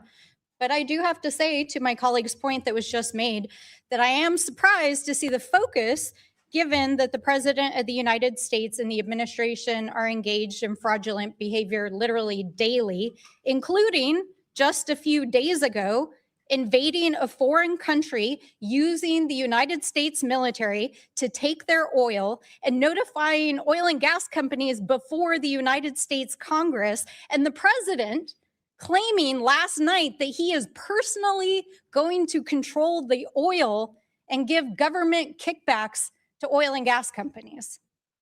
So why are we not investigating that? It definitely gives you the impression that there's a double standard in this country. I also want to say that I'm troubled to see that this hearing is being held in conjunction with an announcement that the administration made just yesterday that they were going to freeze $10 billion in federal funding for childcare and family assistance to 5 states across the country. And if you watched the president's crazy address yesterday, you heard him say it himself. But I want to say one thing, because my colleagues have pointed out all about weaponizing the government for political purposes. Well, these 5 states happen to have one thing in common. They all have Democratic governors and gubernatorial elections this year. Is this a coincidence? I don't think so, my friends. And this, of course, comes after weeks of viral videos from a young man YouTuber who was literally creeping around daycares by himself, making claims about fraud that were not there. And then the vice president and the FBI director were retweeting these videos without even verifying if they were true, unleashing a furor of anti-immigrant and anti-Somali hate across the country, wherein thousands of Somali people got targeted and harassed, including by the President of the United States, who literally used his platform as the President of the United States to call an entire community garbage. He literally said that. So we're not accusing people of being xenophobic and racist. They are being xenophobic and racist, including the President of the United States. And I want to say, for one, that I stand with the Somali and the immigrant community standing here today. But there's a bigger policy point here, which is that this is being used as a politically expedient moment to take away the immigration status of Somalis in the United States as part of the mass deportation plan of this administration. And it is also being used by the 2025ers in this administration to freeze critical programs that we know low-income families depend on, and which they call part of the woke agenda. This is part of a larger effort to defund these programs, as we are seeing across these 5 states. So I think it's important to pull back the curtain a little bit about what is actually going on in this hearing and its coordination with the administration, that this is about, 1, demonizing political opponents in Democratic states during a major election cycle. 2, it's about demonizing the immigrant community to support cruel and illegal mass deportation policies. And 3, it's about demonizing poor people and struggling families to justify taking away the basic programs that are helping them survive in this country. So I want to just close out by saying that I grew up in a low-income family. Many of you have heard my story before. But as I woke up to the news that the president was freezing childcare funding to these 5 states, I had to think about the millions of families that would be impacted by it. I think about my own mom, a single mom, just barely struggling to get by, working multiple jobs. These programs are a lifeline. They make it possible for people like me to ultimately have a pathway to success. And you all are sitting here running legislation on shower heads while millions of Americans' health insurance is expiring, while millions of Americans can't even put food on the table right now. And you're over here parading around state officials, demonizing immigrants, talking about cutting basic programs, and you're passing legislation to redefine shower heads in Congress while the President of the United States is illegally invading foreign countries. Order. Gentlelady's time's So expired. I find it appalling. Order. Gentlelady's time's expired. Chair recognizes Dr. Fox from North Carolina. Oh, Have you UC before request? Chair recognizes Mr. Biggs from Arizona. Thank you, Mr. Chairman. I have UC requests. First one, HHS freezes child care payments to Minnesota after massive fraud alleged. Next one, Minnesota's Quality Leering Center fixes sign at address still misspelled. Minnesota made it easier to get into daycare business. Trump's deputies freeze child care payments to Minnesota amid alleged Somali fraud. Jonathan Turley explains why feds can dig deep into Somali scammer special. Without objection, so ordered. With that. Chair recognizes Mr. Gill. Got another UC request, an article from City Journal, quote, the largest funder of al-Shabaab is the Minnesota taxpayer. Without objection, so ordered. I believe, Mr. Fallon, you have a request? Yes, Mr. Chairman, I'd like to enter into the record an article by the Center of American Experiment, Feeding Our Future, Keith Ellison, caught on tape.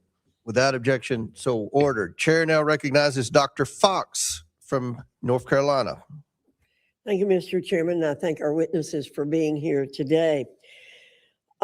Representative Robbins, when Governor Walz testified before this committee last June, I reminded him that the fraud involving the nonprofit Feeding Our Future established Minnesota as ground zero for the largest COVID-19 fraud scheme in the nation.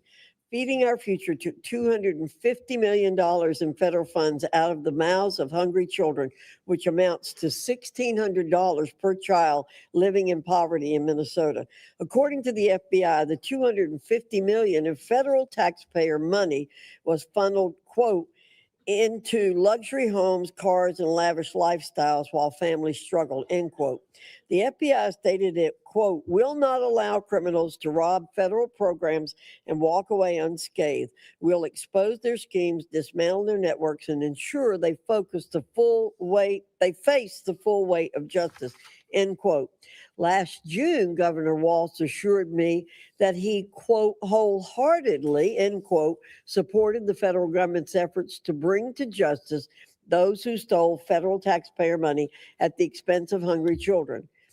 If he had been true to his word, we would not be sitting here today.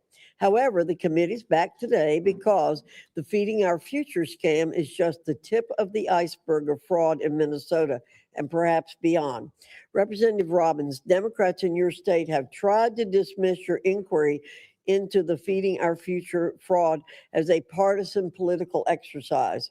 Is exposing fraud and theft of taxpayer funds a partisan activity? No, ma'am. As I said in our first committee hearing, it is nonpartisan. Everyone should want to protect taxpayers and vulnerable citizens. And we completely agree. Representative Robbins, did Governor Walz work with you and your committee wholeheartedly to bring justice to those involved in the Feeding Our Future fraud? No, ma'am. They have ignored the documents we have provided to them. We did a hearing in February of 2025 on childcare fraud that was outlined in the Nick Shirley video. And we gave them a list of 72 childcare providers that we were concerned about that got $1 million each or more. And as we saw in the Shirley video last month, they have done nothing about it. Representative Hudson, for several years, we've heard about whistleblowers highlighted by some of us in Congress who noted instances of fraud in Minnesota. With this in mind, the recent allegations from Nick Shirley regarding staggering amounts of fraud involving child care centers come as no surprise. What kind of climate did Governor Walz create for whistleblowers? Well, I think he did a really good job of demonstrating for us the kind of climate that he's created yesterday when in an unhinged rant, he tried to throw Deputy U.S. Attorney Joe Thompson under the bus, a guy who's been doing this for, I believe, 16 years. If he's willing to throw a Deputy U.S. Attorney under the bus, what do you think he's going to do to a state agency employee? That's the climate, and everybody who works for the Walz administration knows it. Thank you. Representative Rarick, do you believe the Walz administration seriously pursued whistleblowers' reports of fraud? I think that the Walz administration seriously retaliated against whistleblowers and ignored them and dismissed them. And, in my opening statement, I talked about the threats of firing them and blacklisting them and things like that. So that's what the Walz administration focused on. Representative Rarick, innocent American taxpayers are collateral damage in the Democrats' reckless disregard for taxpayer funds. Hardworking Americans and their communities are left to pay the price. What lessons can other states and federal officials take from your work to expose the stunning amount of fraud and the network of those who enabled it that you all have exposed in Minnesota? Yeah, the answer to that is very simple. And that is if you just do simple, basic good governance like reconciliation and a few other financial controls, you won't have the problems that you have here. And if you don't retaliate against your employees, your frontline workers that point out fraud, you won't have this problem either. Representative Hudson, do you have anything you'd like to add to that? Yes, absolutely. You have to have a culture of good faith. And that is what is lacking in Minnesota. There is not a culture of good faith. And you see a very strange strategy going on right now with Minnesota Democrats, where every day they're denying this problem, which really strikes me as bizarre because we know there are more prosecutions coming. So what are they going to say as story after story drops and we can cite time and date where they said it wasn't a problem? Thank you.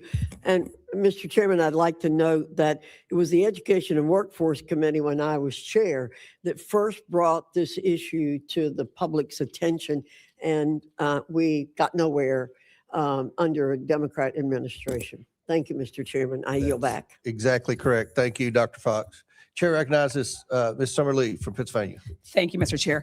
I think like so many people on this committee have already articulated, nobody here believes that rooting out fraud and waste and abuse is not a top priority of this committee, of our caucus, of their conference. It is. If you're on this committee, it is the top charge that we all undertake incredibly seriously. But I think like so many things with the modern Republican Party, it's like you're skulking right around the edge of things, but too often your bigotry, the Republican Party's own bigotry, is imprisoning them and keeping them from ever actually doing something that helps, not harms the American people. And this is another one of those instances, right? When it's a person of color, if it's 2 or 3, it's a pattern and the entire community must be indicted. But if it's 100 Republicans, it's just not bad. Neither here nor there, because it's important. That's why we have routinely held hearings where we actually go over with the Government Accountability Office their high-risk list. We take it seriously. But the tone of this hearing seems to be a hypocritical witch hunt. It's hard to take it as anything but that, rather than an actual oversight effort. Our federal government currently has the tools to catch and prevent waste, fraud, and abuse. It's how the alleged fraud in Minnesota was caught by the Biden administration in the first place. Mr. Blue, as a former federal prosecutor, you're familiar with some of the tools that we have, correct? Yes. Just briefly, could you please verify the following tools for me? Yes or no? Does the Government Accountability Office work to reduce waste, fraud, and abuse? Yes. Do inspectors generals work towards these goals? Absolutely. What about the Council of the Inspectors General on integrity and efficiency? Yes. Are whistleblowers important to rooting out waste, fraud, and abuse? Absolutely. Has the Trump administration helped or hurt these tools? Certainly heard it by disbanding the Council for Inspectors General and then ultimately firing 19 IGs. Thank you. That's right. Again and again, Trump has attacked the oversight mechanisms within the federal government. He illegally fired 17 inspectors general and other key personnel. He goes after whistleblowers and he tries to roll back their protections. He routinely ignores the rampant corruption within his own administration. Republicans have turned a blind eye to all of this. They have held no hearings on these actions. And this hearing today isn't even about fraud generally within the federal benefits system, which we would welcome. Republicans have cherry-picked a blue state and an immigrant population, vulnerable, to demonize. To be clear, Minnesota is not the only state with a fraud problem. To truly tackle waste, fraud, and abuse, we need to approach the issue with a scalpel, not a mallet. Discovering that people are committing fraud in the federal program does not mean we should smash the whole thing and end it. It means its oversight mechanisms need to be improved. That's why it's so disappointing to see that the Minnesota House Fraud Prevention Committee that our witness, the Honorable Kristen Robbins, chairs, has issued no reports on these uncovered schemes. It hasn't advanced any legislation to address the issue or even shared whistleblower reports with their Democratic colleagues. They've just held a bunch of hearings and generated headlines, something our committee is all too familiar with. This hearing is not an effort by Republicans to improve social service programs. It's an excuse to end them and to punish Democratic-led states. This has always been the plan. It's why a Republican so-called big, beautiful bill is estimated to cut more than $1 trillion from Medicaid and CHIP benefits and cut SNAP for 40 million people, the very children or folks with disabilities who were mentioned in the opening statements. Trump has also already taken advantage of the situation in Minnesota. After a YouTuber harassed and posted unsubstantiated claims of fraud against child care centers, HHS froze child care funding to Minnesota, which would affect more than 23,000 children. Just yesterday, Trump also froze approximately $10 billion in funding for programs supporting child care, social services, grants, and cash assistance in not only Minnesota, but in other Democratic-led states of California, Colorado, New York, and Illinois.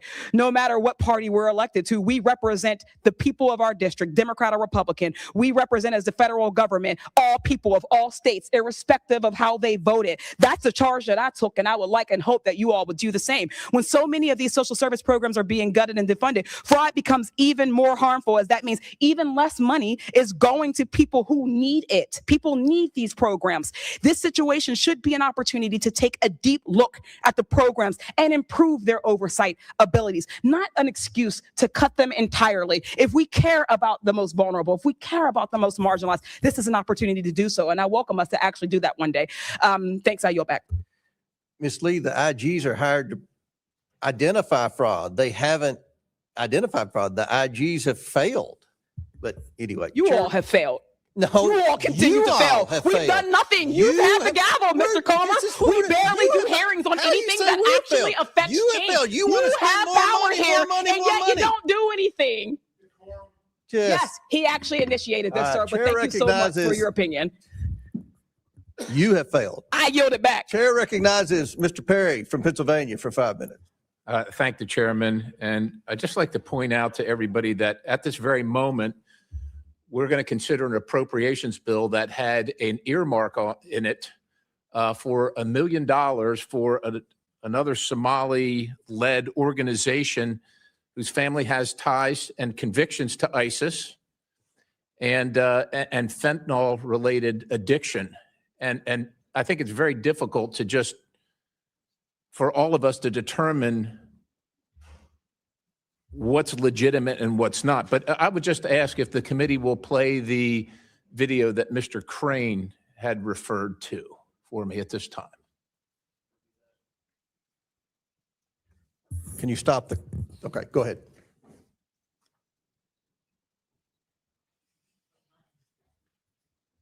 We get the sound turned up. You can see the subtitles there.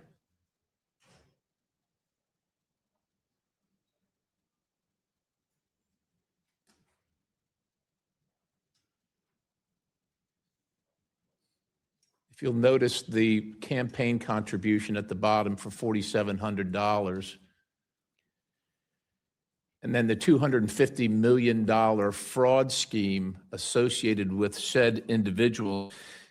Listen, ladies and gentlemen, it's not me calling out one community or another, one individual, representative or another. It's fraud. Representative Robbins, Hudson, and Rarick, thanks for your service. I know it's difficult and you're operating in difficult circumstances where it doesn't sound like you got a lot of support. And I imagine that as Ms. Robbins, Representative Robbins, you're the chair of the Oversight Policy Committee.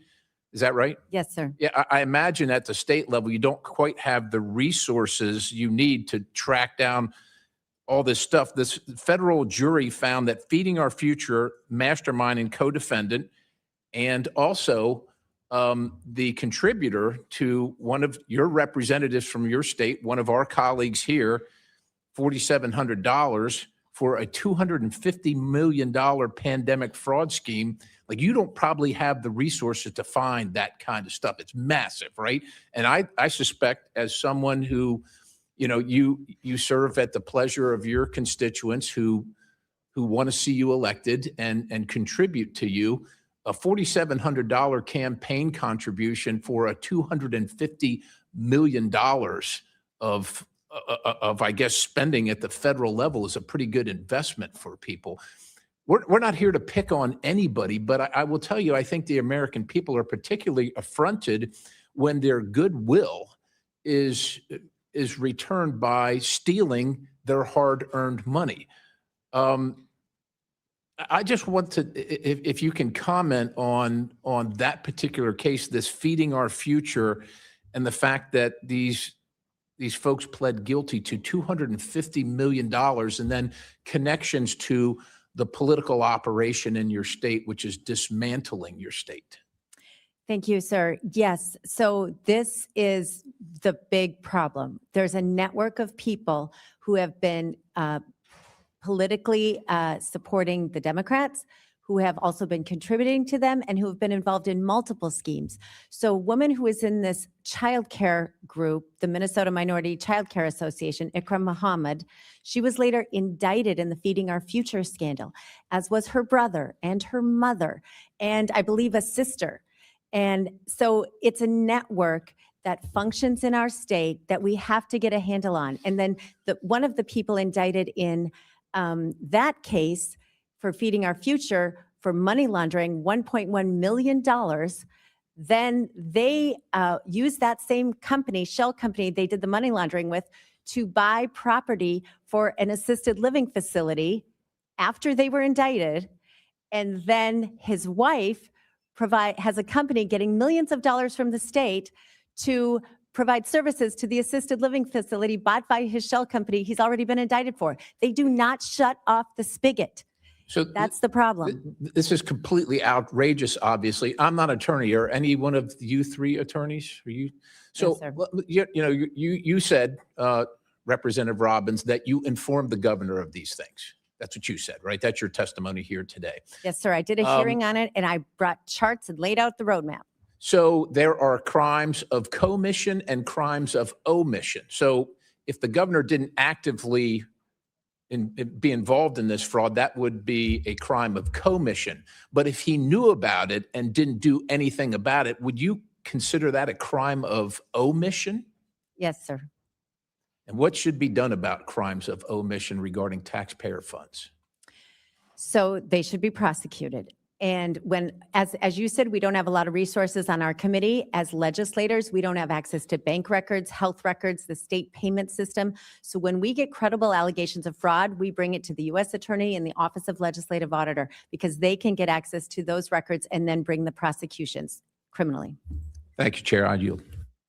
Mr. Chairman. Just, before I go to Ms. Randall, Chair recognizes Mr. Biggs for UC. Thank you, Mr. Chairman. Number one, Washington Post calls for welfare reform after Minnesota fraud scandal. Exclusive. Treasury and House panel launch probes into Tim Walz's handling of $1 billion of food aid fraud. Additionally, referring to the earmark that Mr. Perry just referred to. Additionally, the Somali fraud scandal gave Trump a kill switch. What happens if he doesn't use it? Resurfaced video shows how Somali scammers use daycare centers to scam the state. Scrutinizing SNAP will help ensure the neediest get food stamps. Masterclass. A.G. Hamilton schools WAPO hack playing race card to defend Somali fraud ring in Minnesota. Tim Walz was brought down by a scandal hiding in plain sight. Unearthed surveillance video shows parents allegedly helping with fraud. I yield back, Mr. Chairman. Gentleman yields back without objection, so ordered. Gentleman yields back. Ms. Randall, a couple of our witnesses have requested bathroom breaks. I told them, the ranking member and I agreed, they can go and come back. We're going to keep the hearing going. If your questions were pertaining to one of them, we'll skip to someone else. If that, do you want to go ahead? All right, Chair recognizes you for 5 minutes. Thank you, Mr. Chair. I have prepared some remarks that I definitely want to get to about the importance of childcare funding for all of us in all of our districts. I think we all recognize that we are in a childcare crisis.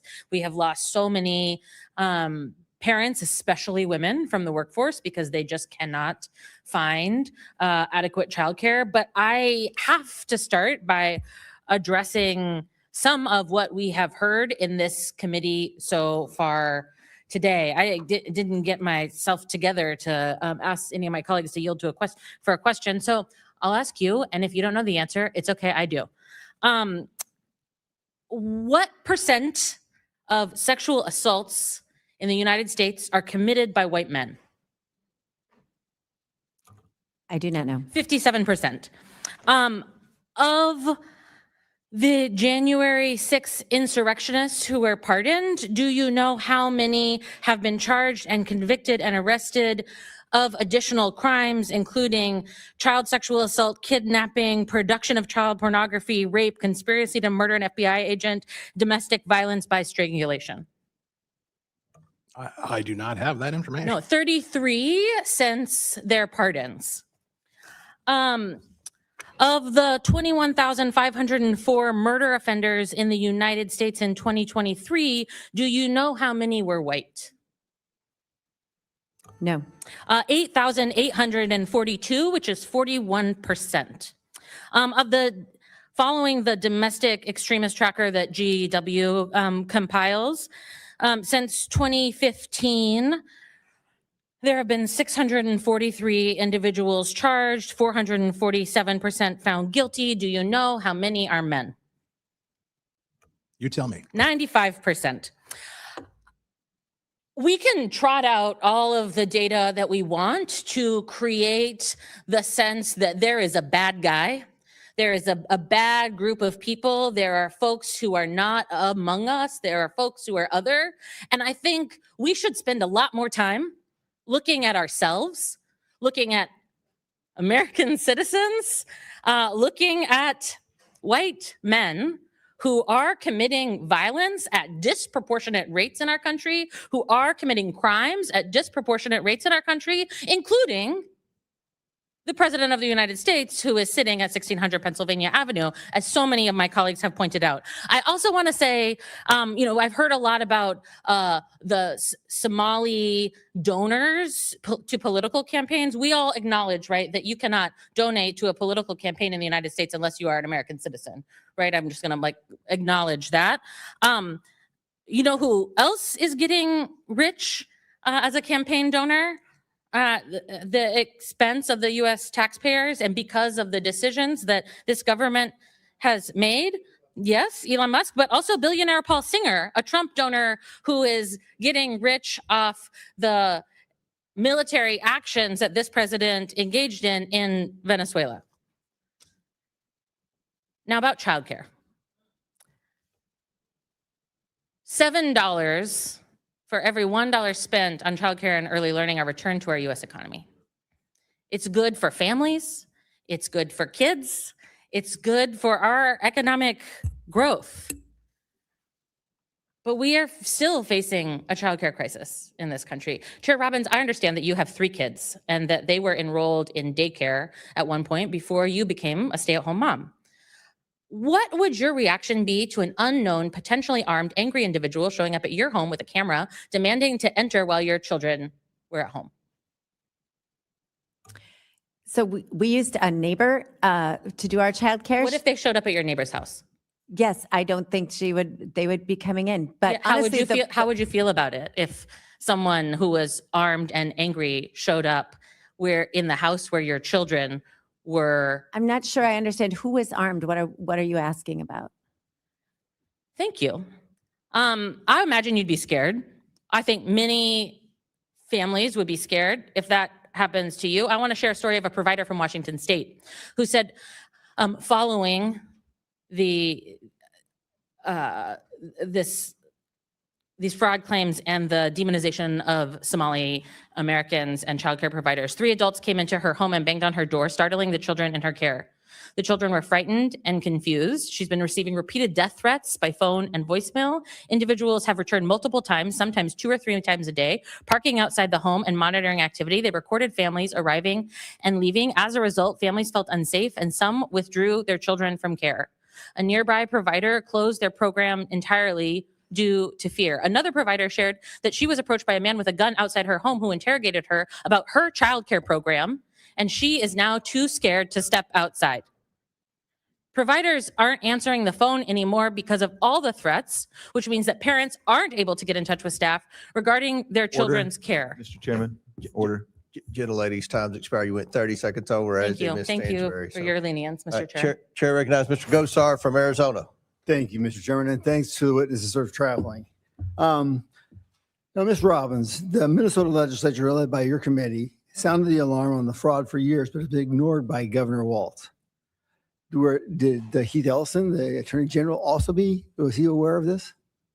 Yes, he was aware of the fraud and he came before our committee, and I feel like he did not do his job prosecuting these cases. Most of the cases have been prosecuted federally by the U.S. Attorney, both under President Biden and Feeding Our Future and currently under President Trump. So he's, in your state, is the top attorney for the public, right? Yes. For the public. That's kind of find it very interesting. Well, maybe it has to do with something with campaign contributions. Attorney General Ellison and his son received from members of the leading Feeding Our Future, an organization now under investigation. The same group whose members allegedly tried to bribe jurors, but I'm sure that's just a coincidence. Nothing to see here. Sounds very familiar. Sounds very Biden crime syndicated-esque. Now, when you were talking about the tools that you could use, would any NGO that takes federal funding be of value to you, that they would have to disclose all their federal funding or all their funding mechanisms if they took 1 penny from the federal government? Yes, one of the things we've seen in Minnesota is that some of these nonprofits have had their federal 501c3 status revoked, but the state continues to fund it. It's interesting you say that because, the IRS actually does this study, actually has those numbers, but when we order it, it's blanked out. It's redacted. All of it's redacted. I wonder if there's some interesting aspects to that, follow the money trail. Now, Representative Hudson, the head of Feeding Our Futures was sentenced in November for his role in the largest COVID fraud scheme in U.S. history, according to the DOJ. This is a predictable result of the massive COVID spending with little or no oversight. In fact, we spent between $4.3 and $7.5 trillion during COVID, and we don't have a single receipt, not one. Okay. Now, this is a predictable outcome from the massive spending. Whether it's expanded COVID tax credits under the so-called Affordable Care Act or the programs like the massive or Minnesota HHS initiative with a no enrollment cap. Unfortunately, there are plenty of similar federal programs right here in Washington, D.C. My question for you is, in your experience, what failures make government funding streams particularly susceptible to fraud? Well, as I outlined in my opening statement and my written testimony, basically we're spending far more money than we have the operational capacity to monitor. Like they're just now Deputy U.S. Attorney, he was U.S. Attorney at the time, Joe Thompson, said, we can't prosecute our way out of this. That's another way of saying it. We have to have controls on the front end. Well, and with the massive amounts like I just talked to you about in COVID, it actually gives the environment for fraud. It just builds on it, right? Correct. Well, Ms. Rarick, what concrete actions did the Walz administration take to intimidate whistleblowers into silence? So I think the first thing he did was he put in place commissioners. Right now, we have a deputy commissioner over Department of Human Services that is known to whistleblowers as being like the queen of retaliation. So when you put somebody in charge that is known to retaliate, that's a problem. I would also note on your previous question about the COVID money, and we discovered in our committee that the auditor, so there was a bid for auditing the COVID money, and the auditor was known to be our Minnesota State Auditor, Blaha. So that's another Democrat within the whole fold of the Democrats in Walz as well. Would it surprise you that we spent $13 trillion from Bill Clinton to Donald Trump in that span of time? $13 trillion with not a single receipt. That is absolutely shocking. I used to do accounting, and that's deplorable. That's something that you should be in prison for that. Yeah, absolutely. So, the United States has no obligation to tolerate guests who break our laws. And in this case, there seems like there's a whole bunch of them. And unfortunately, they were targeting one general area.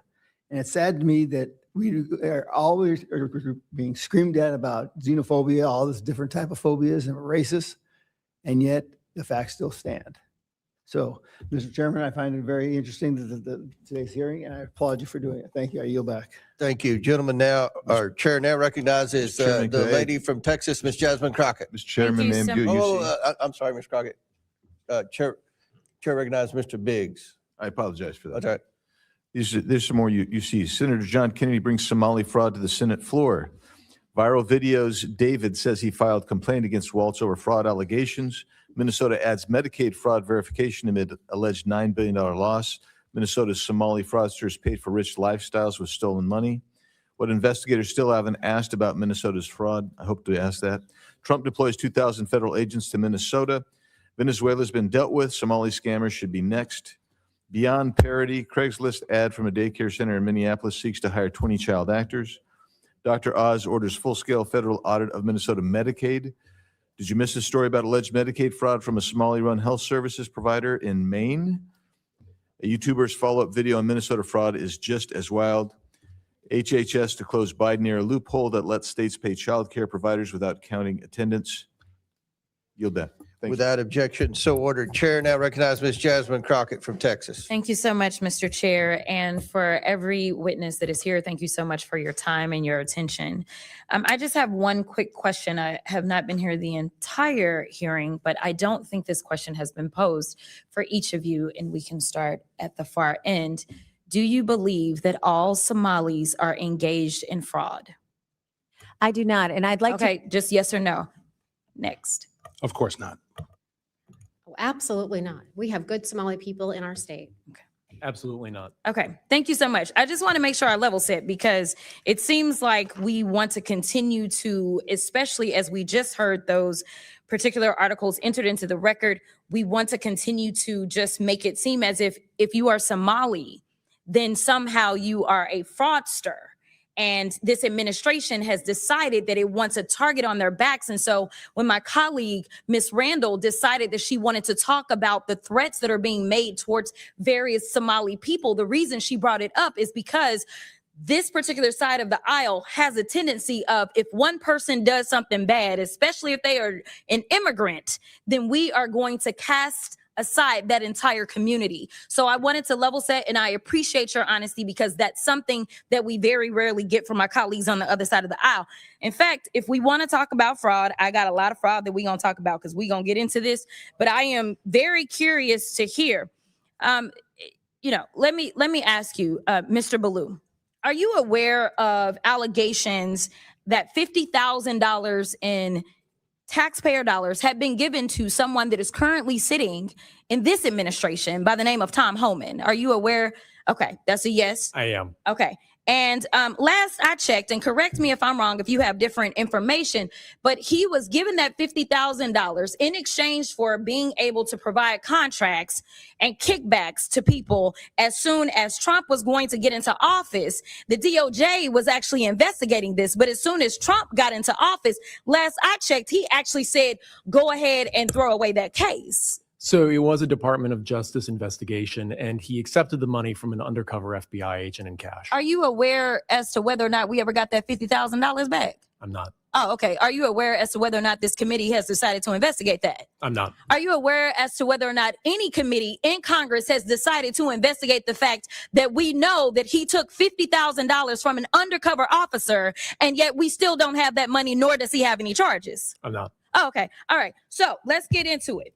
We're living through the most corrupt presidential administration in American history, a $300 million ballroom, a $230 million payout from the Department of Justice because the president got his feelings hurt because he has to be investigated for being a criminal. Hundreds of thousands of taxpayer dollars spent at Trump-owned properties around the country, Trump-branded wine being sold at the Coast Guard exchanges, American taxpayer dollars being spent on DHS propaganda ads on Truth Social, awarding federal contracts to corporations in exchange for campaign contributions. Kash Patel flew his girlfriend around the country on a multi-million-dollar jet that taxpayers paid for. Kristi Noem gave companies she's affiliated with hundreds of millions of tax dollars, then went out and spent another $200 million on 2 private jets for her travel. For 12 months, this administration has been taking billions of taxpayer dollars from American people. And have been giving it away to their own companies in the form of tax cuts, government contracts, or other government funded subsidies. So Congress has a role in getting rid of fraud. I will admit that in any federally funded government program. However, I think the fraud that the American people are concerned about is that the Republicans are taking away Americans' health care so that ultra billionaires can get more tax cuts. The real fraud is the dehumanization and demonization of the working class Americans and immigrants to distract folks away from corporate socialism that's happening because of the Republicans. So this is truly the definition of throwing away the baby with the bathwater. The Republican philosophy is that if the cost of living for the average American increases, they're on their own. But if the cost of doing business increases for the wealthiest people on earth, well, then it's the government job to bail them out. But I want to get to my last question because, Mr. Ballou, I got to give you a chance. He's been issuing pardons for numerous people who have defrauded the American people. And Republicans on this committee, yeah, just as quiet as the room just got, right? So, Mr. Ballou, talk to me about how the Trump administration has welcomed fraud across government by purging DOJ attorneys and shuttering ethics office across the federal government. Well, one of the things that's been a common theme in this discussion so far is potential government employee involvement in some of these schemes. That hasn't been proven yet, but it does seem to be alleged. The concern that I have is the office that would prosecute that in the Department of Justice, the Public Integrity Section, has been largely defunded and decimated. Thank you so much. And my time has expired, but I do have some UCs, Mr. Chairman. You want to do them now? I do. Okay. The first one is from Truth Out. Trump grants clemency to executive who led $205 million Medicare fraud scheme. Without objection, to ordered. The next one is Trump commutes sentence of Dr. Solomon Melgen, eye doctor, found guilty of Medicare fraud. Without objection, to ordered. The next one, healthcare fraudster Philip Esfermaze is latest Trump clemency recipient to be arrested. He defrauded more than $1 billion from Medicare. Without objection, to ordered. Trump pardons nursing home owner and supporter convicted of $7 million in tax evasion. Without objection, to ordered. Trump and we'll pardons- want all that stuff to put in the record. So, I will. I All got right. you. Trump pardons cost victims and taxpayers $1.3 billion. House Judiciary Committee Democrats review says. All right. Without objection, so ordered. Chair now recognizes Mr. Big. Mr. Chairman. Yes, Chair Mr. recognizes Ms. Chairman. Mace. Chair recognizes. I have a request to be recognized to make a motion. I'm sorry. I have a request to be recognized to make a motion. Yes, go ahead. I move that the committee issue a subpoena to the Department of Homeland Security and the U.S. Citizenship and Immigration Services for all records related to the immigration and naturalization of or any immigration benefit received by Ilhan Omar of Minnesota, Ahmed Abdi Salan Irsi, also known as Ahmed Aden, Ahmed Nur Saeed Elmi, and any members of Ilhan Omar's family. Okay, another motion is made. The committee will hold this motion in abeyance until the end of today's hearing. The committee will now proceed with today's hearing. Thank you, Ms. Mace. Chair recognizes Mr. Biggs from Arizona. Thank you, Mr. Chairman. A report that came out yesterday indicates that on average, almost $1 million a day in cash is being sent from Minnesota out of the country by a small group of Somali carriers. Are any of you familiar with that on the panel? I'm not familiar with that particular story, but that story has been in Minnesota for a long time where millions of dollars has gone out of MSTPR airport in cash to Somalia. Mr. Chairman, I ask that this be admitted as part of Without the objection, to ordered. Thank you. The Biden administration required states to pay healthcare and daycare providers before verifying any attendance at a daycare and before care was delivered. That's fine. Would you say that policy facilitated the funneling of funds or defrauding of government funds? We'll start with, we'll go down the panel. We'll start with Representative Robbins, please. My understanding is that there weren't ever enough internal controls, but under Medicaid rules, the Walz administration already had the opportunity to stop payment when there were credible allegations of fraud. They had the opportunity to do prepayment review. They could do all of those things, and they did not use those tools. Ms. Not, Hudson? not only does paying people before they deliver a service introduce an obvious opportunity for people to abscond with public dollars, but we've heard these arguments in our communities back in Minnesota from Minnesota Democrats that it's just so important that we pay people up front because they can't afford to wait for the reimbursements. Yeah, Ms. Ritter. Yeah, this is absolutely counter to good accounting and good accountability. So I would definitely say that you should be providing the service and getting paid after. Mr. Baloo, what do you think? I can't speak to that policy only because I'm learning about it just now, but I will say, you know, my Well, primary- so then the question then is, do you think it's a good idea to pay for the service up front before it's delivered and without accounting? You know, I can only speak to the criminal side of things, not the administrative side, but my concern here, again, is to the extent that there would be violations because of that change, the office responsible for prosecuting those Yeah, okay, crimes so would be that's, largely- so you didn't want to answer the question, you want to filibuster. Thanks, brother. Appreciate it. Now, here where we're going to go is, one of the things that you mentioned, Representative Robbins, is fiscal facilities and real estate. And as we've seen and looked at this, as I've looked at this, all of the public reporting that's out there, looked at a little bit of Exhibit A, that's like 2,800 pages or 2,300, whatever it is. Didn't get to look at all of it, but looked at some of it. I want to know, did anybody go in and find out who's owning all these properties? Because you have basically vacant properties ostensibly holding themselves out to be daycare centers. Who owns those properties? Anybody look into that? So some of our staff is looking at it currently, and I would encourage people to think about this as you look at your other states. So we have people who own the properties and then other people related to them or close to them that provide the services, and they both get remuneration. And then we have people who homestead assisted living facilities, small single-family homes, and say it's a business, but then they shouldn't be allowed to homestead. We have instances where there are multiple assisted living facilities that have been homesteaded. So the ownership of the properties and the ownership of the business is very important. This has gotten to be such a problem in Minnesota that people invest in the daycare business as an investment. And so getting not only who runs the facility, but who the ownership is critical, because that's where a lot of the money goes. That's my point, is that you're setting up a series and facilitating straw man purchases of actual real property to actually launder or hide money coming from the state and defraud the state. And I would encourage both the feds and the state to really take a close look at that. I did find it interesting. Well, let me just ask the last question I've got time for here is, well, I got to ask two.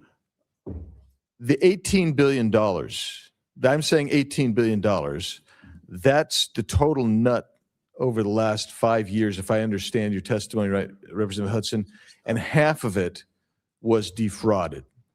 That is the estimate from the U.S. Attorney's Office. Okay. Has the Walz administration put into place any new procedures since this has come to a very viral head in the last, 6 weeks? They've appointed a couple of guys and shifted around a couple of chairs on the deck, but it's the equivalent of throwing a glass of water at a stove that's on fire. Thank you. Mr. Chairman, I have a few more UCs, if I may. Go ahead. Thank you. Victims shocked after Biden grants clemency to Kids for Cash judge and $54 million embezzler. Shocked. Biden clemency for convicted fraudsters met with outrage. It's a slap in the face. Comer on Fox News. Biden crime family pardons serve as a confession of their corruption. Biden pardons more people in his criminal clan and commutes sentence of Leonard Peltier. Op-ed from the former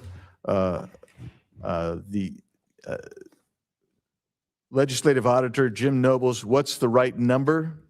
And then finally, Mr. Chairman, 18 U.S. Code 666, theft or bribery concerning programs receiving federal funds, seems apt in this case. Mr. Chairman, I'll yield back. Thank you. Gentleman yields back. Chair recognizes Ms. Presley from Massachusetts.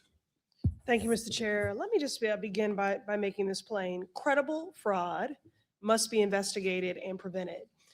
Every dollar that is stolen from public programs is a dollar that is taken from a child who needs care, a senior who needs food, or a family that is already struggling to make ends meet. Ms. Robbins, I want to just begin with a basic question, and please answer yes or no. When someone is convicted of defrauding the public, do you believe that they should be held accountable? Yes.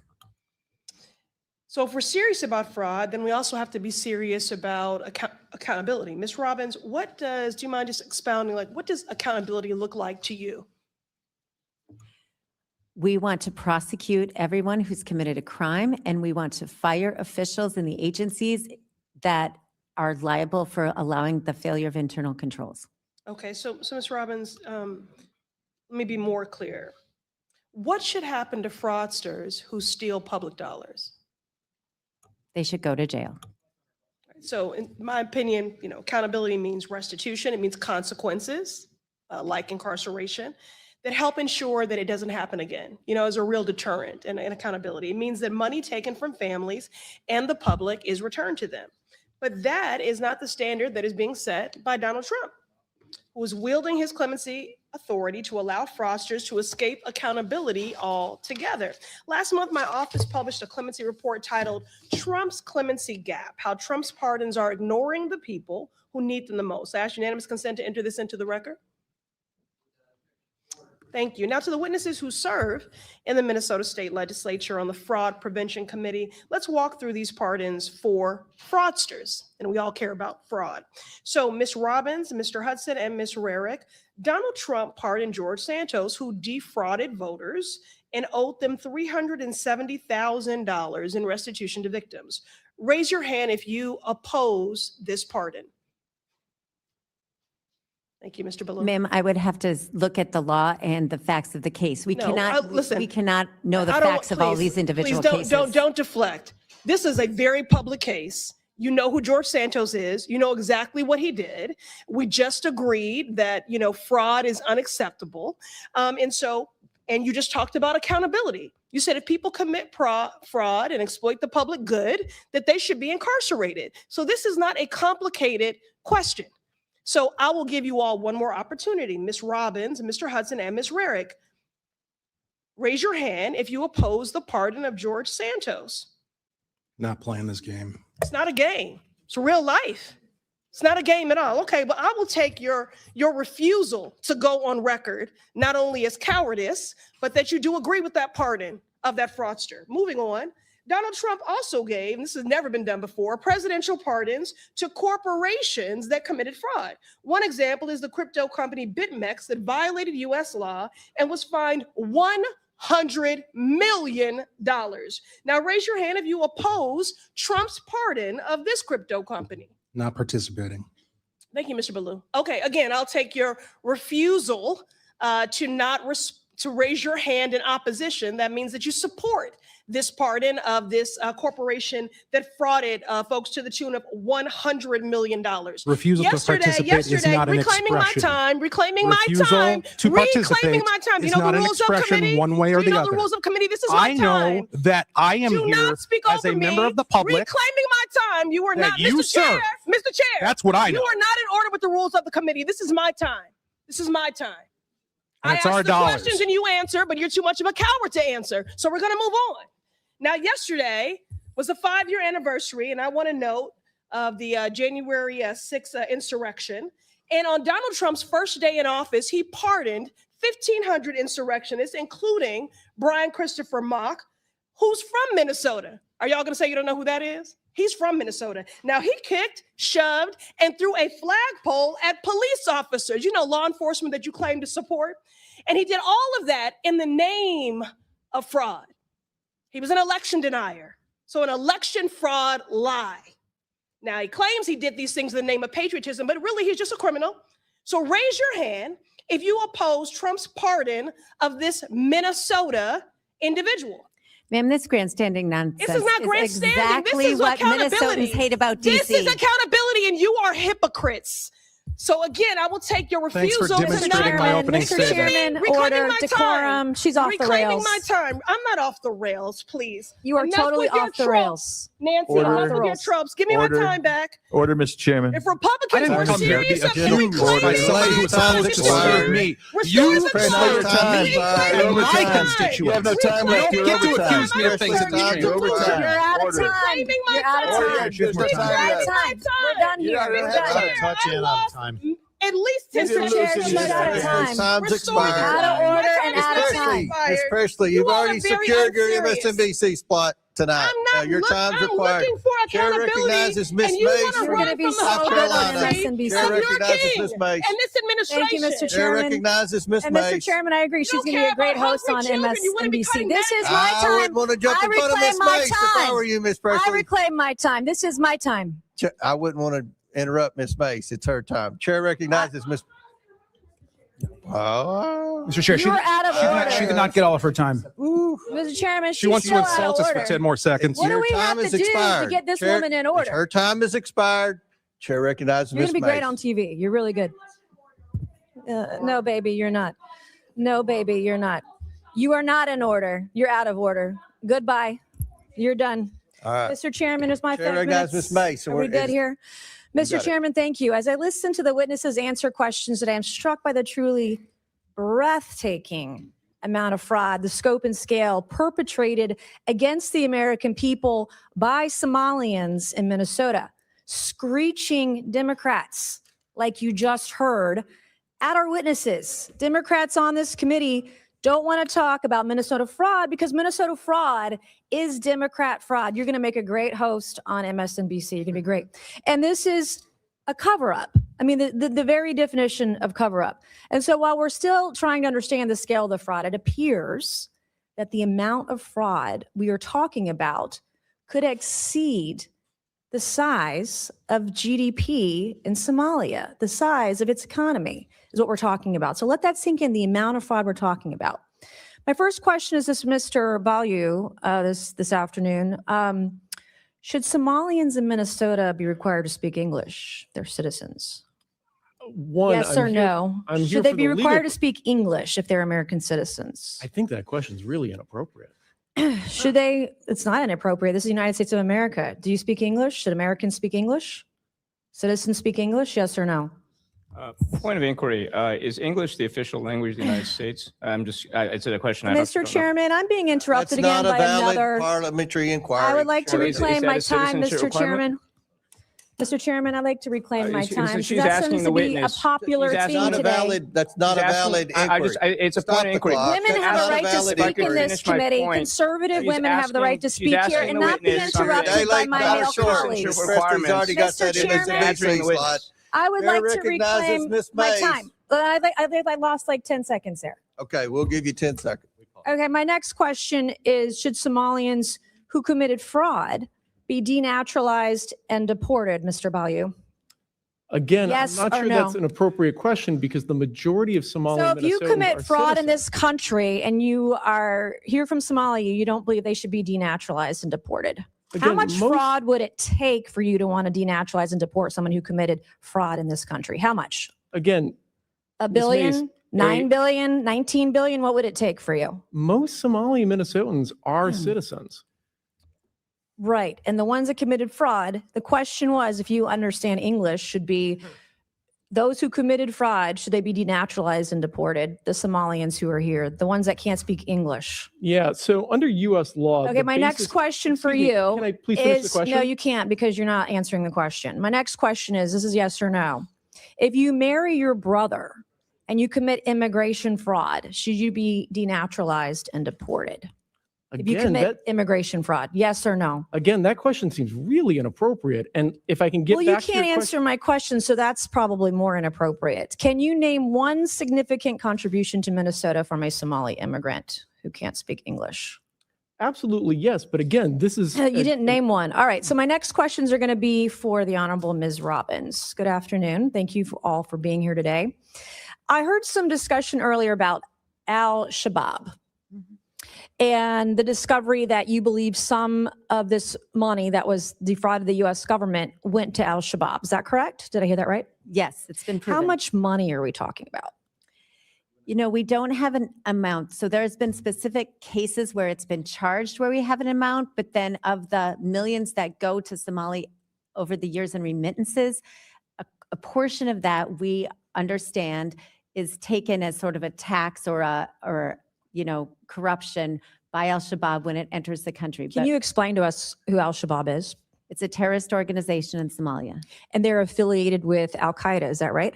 My understanding is they are. I am on the DNI website where it tells me that since 2014, al-Shabaab has killed more U.S. citizens than any other al-Qaeda affiliate.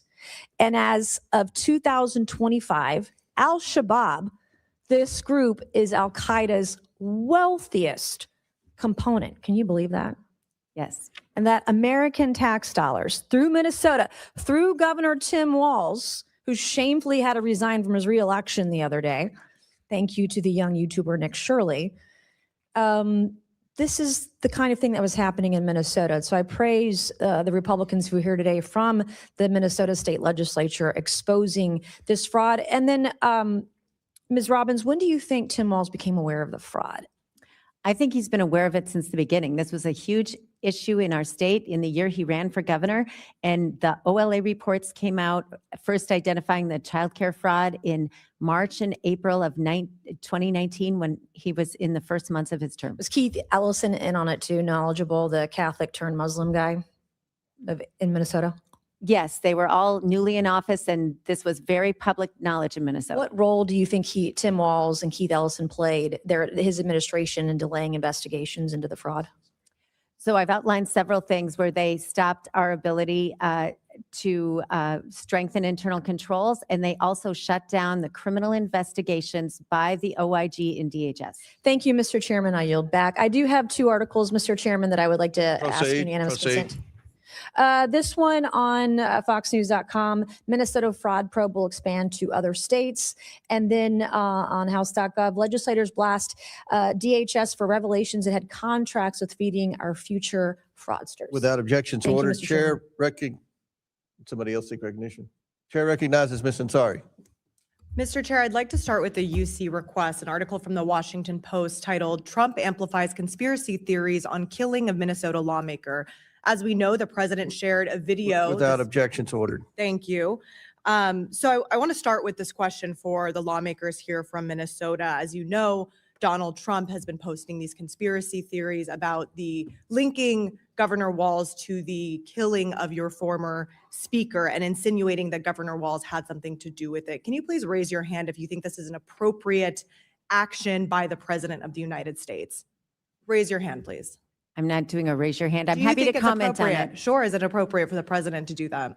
So the person who murdered our colleague, Speaker Melissa Hortman, and her husband, Mark, Answer the had question. Do in you think it's his appropriate for the in his president of the United vehicle States evidence saying to cause he violence thought against a Tim sitting Walz governor? was ordering him to do it. I know the facts will come out in the case, and we need to be respectful of the Hortman family, and we need to let this play out in the courts. That is unacceptable. It is inappropriate to the highest degree for the president of the United States to be sharing conspiracy theories that are obviously going to lead to violence directed at Governor Tim Walz. Now, moving on to the issue here today, we all care deeply about combating waste, fraud, preventing corruption, and holding bad actors accountable. Unfortunately, this country has seen an unprecedented avalanche of such abuse in the past year, all stemming from the Trump administration, the most corrupt and the most wasteful administration in American history.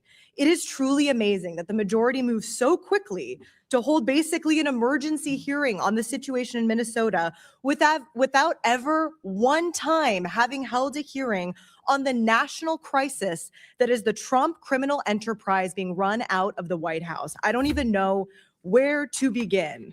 Maybe the Republican majority would be interested in holding a hearing on the $50,000 cash bribe that Borders our Tom Homan received from FBI undercover agents in a kava bag.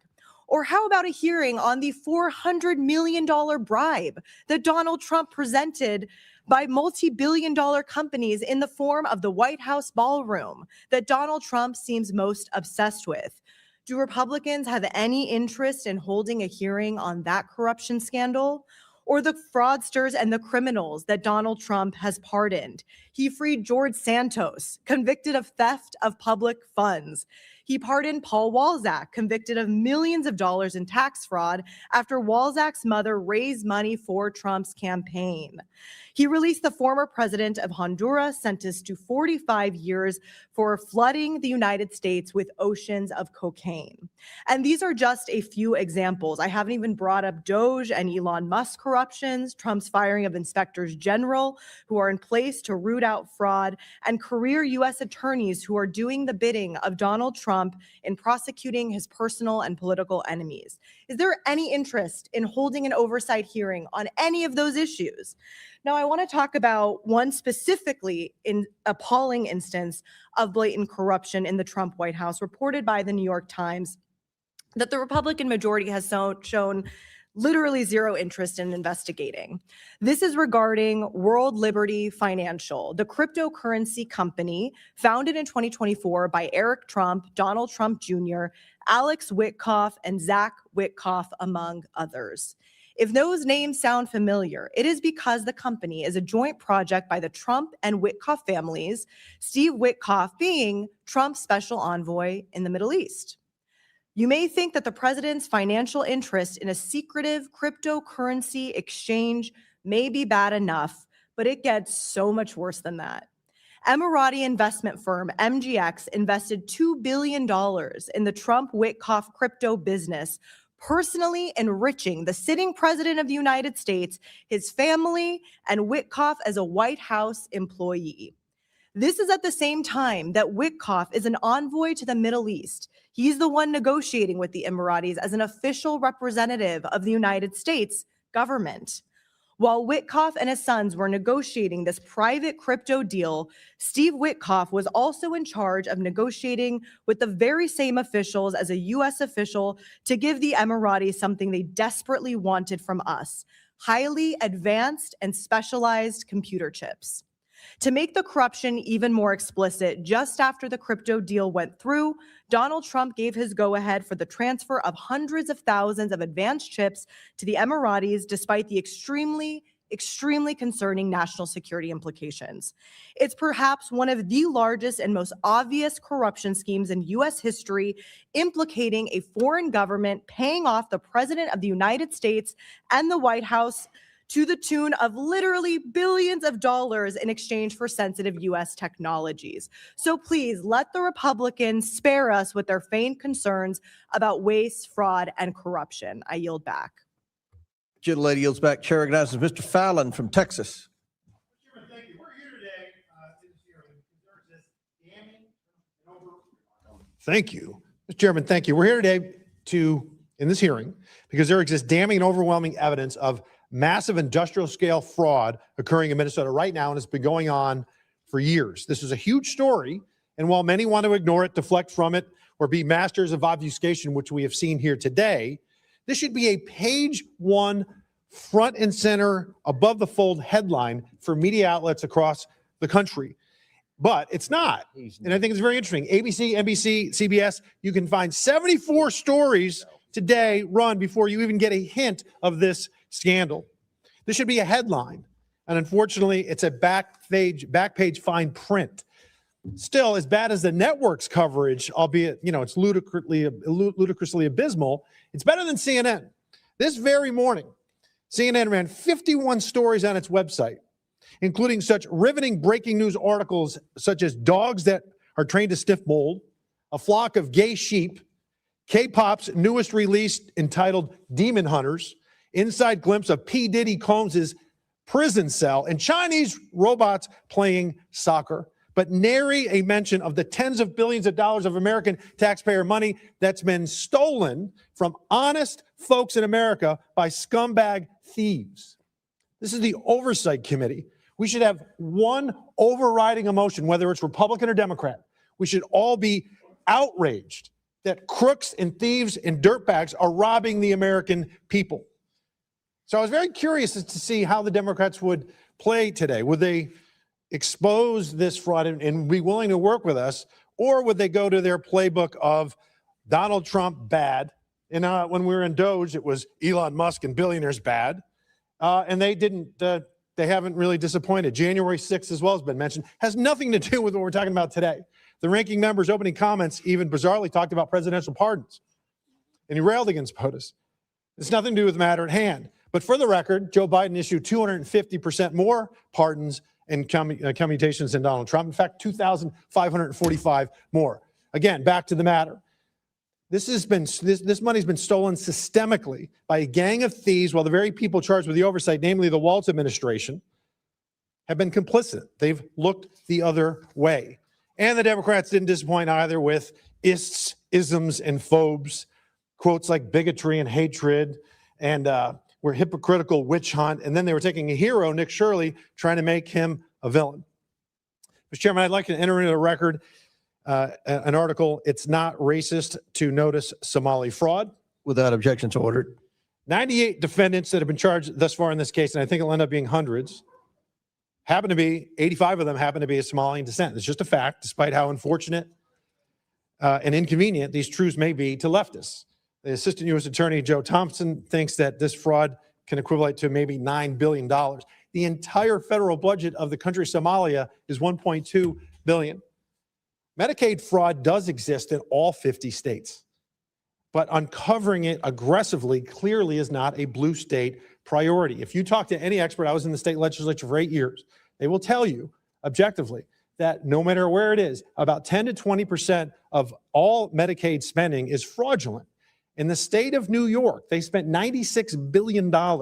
So did they recover in fraud 9.6 billion, 960 million? No, it was a pittance. It was 0.06% was recovered. In the state of Minnesota, 18 billion. It was 0.08% recovered. Representative Robbins and the other reps, thank you for coming. Thank you for your courage. You know you're going to be, smeared, and I'm not going to ask you, raise your hand. We're going to have a conversation, okay? When Ms. Robbins, Representative Robbins, when you first uncovered this tectonic fraud, what was the reaction and actions taken by the Walz administration or Democratic colleagues? Was it working hand in hand to create synergy and offer full support and help to unmask this fraud? Or did you face significant headwinds and fierce pushback to the point of opposition? Throughout our hearings, they would either deny or deflect or say, oh, they've handled it, or they're new on the job and they don't know. So those were the answers in the tenor of our hearing. I provided documents to them outlining, as I said, in February, of 72 child care centers I thought they should look at. They haven't done it. I've sent 6 FOIA requests or data requests that have not been responded to. So they have not been good partners in rooting this out. So block votes in Minnesota in 2016, it was so close that I think Hillary Clinton won the state by about 44,000 votes. But if you have block 50,000 you can rely on in Minneapolis, that's rather helpful to win an election in Minnesota. But you know what, Mr. Chairman? Our Democratic colleagues, whether they be in Minnesota or here on this Oversight Committee, they'll eventually lure. I'll yield back. Gentleman yields back. Chair recognizes Mr. Bell from Missouri. Thank you, Mr. Chair, Ranking Member, and our witnesses for being here today. I believe in protecting our social services and recognize the need for comprehensive legislation that ensures transparency in the collection and use of federal funds to support these critical programs that serve our communities in need. The resources provided through social services ensure the welfare of the everyday person and family, and these resources and individuals deserve to be protected. These protections should come at all times, not just when politically beneficial. What we're witnessing from President Trump and this administration is an attempt to use social services and the welfare of the American people as pawns to promote their political agenda. Instead of caring for the challenges of the average person, this administration has deprived them of the very things that the president promised, which is affordable health care, housing, and relief from the rising cost of living. Through rolling back essential health care affordability, cutting funding for assistance programs, implementing harmful tariffs, and advancing legislation such as the One Big Ugly Bill, the administration's actions have ultimately caused more harm than good for the American people. Reports show that since taking office, President Trump has raised the average cost of living. Health insurance costs have risen by hundreds of dollars for the average person, with insurance plans increasing by more than 20%. Housing costs remain at an all-time high. And everyday grocery items show a steady increase, with prices rising by 15 to 20%. We cannot pick and choose when to care for the American people. The actions of this administration show a pattern. They first target our most vulnerable communities and then gut the very resources to help them. Today, it is our Somali communities and our child care assistance. Tomorrow, it could be your communities and the resources you and your family rely on for well-being. At its core, this is about the well-being of the American people. If we truly cared about those we have sworn to represent, we would be working to dismantle all the challenges they face, not just the ones that serve political interests. Mr. Balu, President Trump has recently made comments on efforts to freeze child care funding in California, Colorado, Illinois, and New York. Would these actions benefit or harm children and families? Oh, of course they're going to harm it.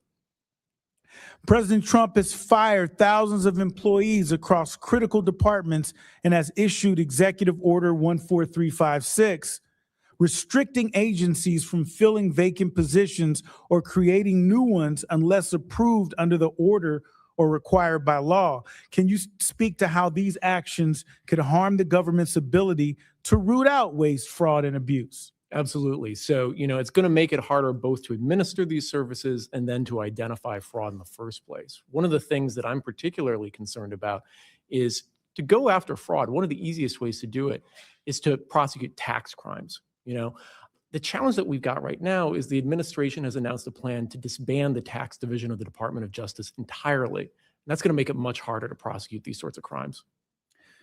And can you speak from your work as a federal prosecutor on how President Trump's actions have contradicted his promises to the American people?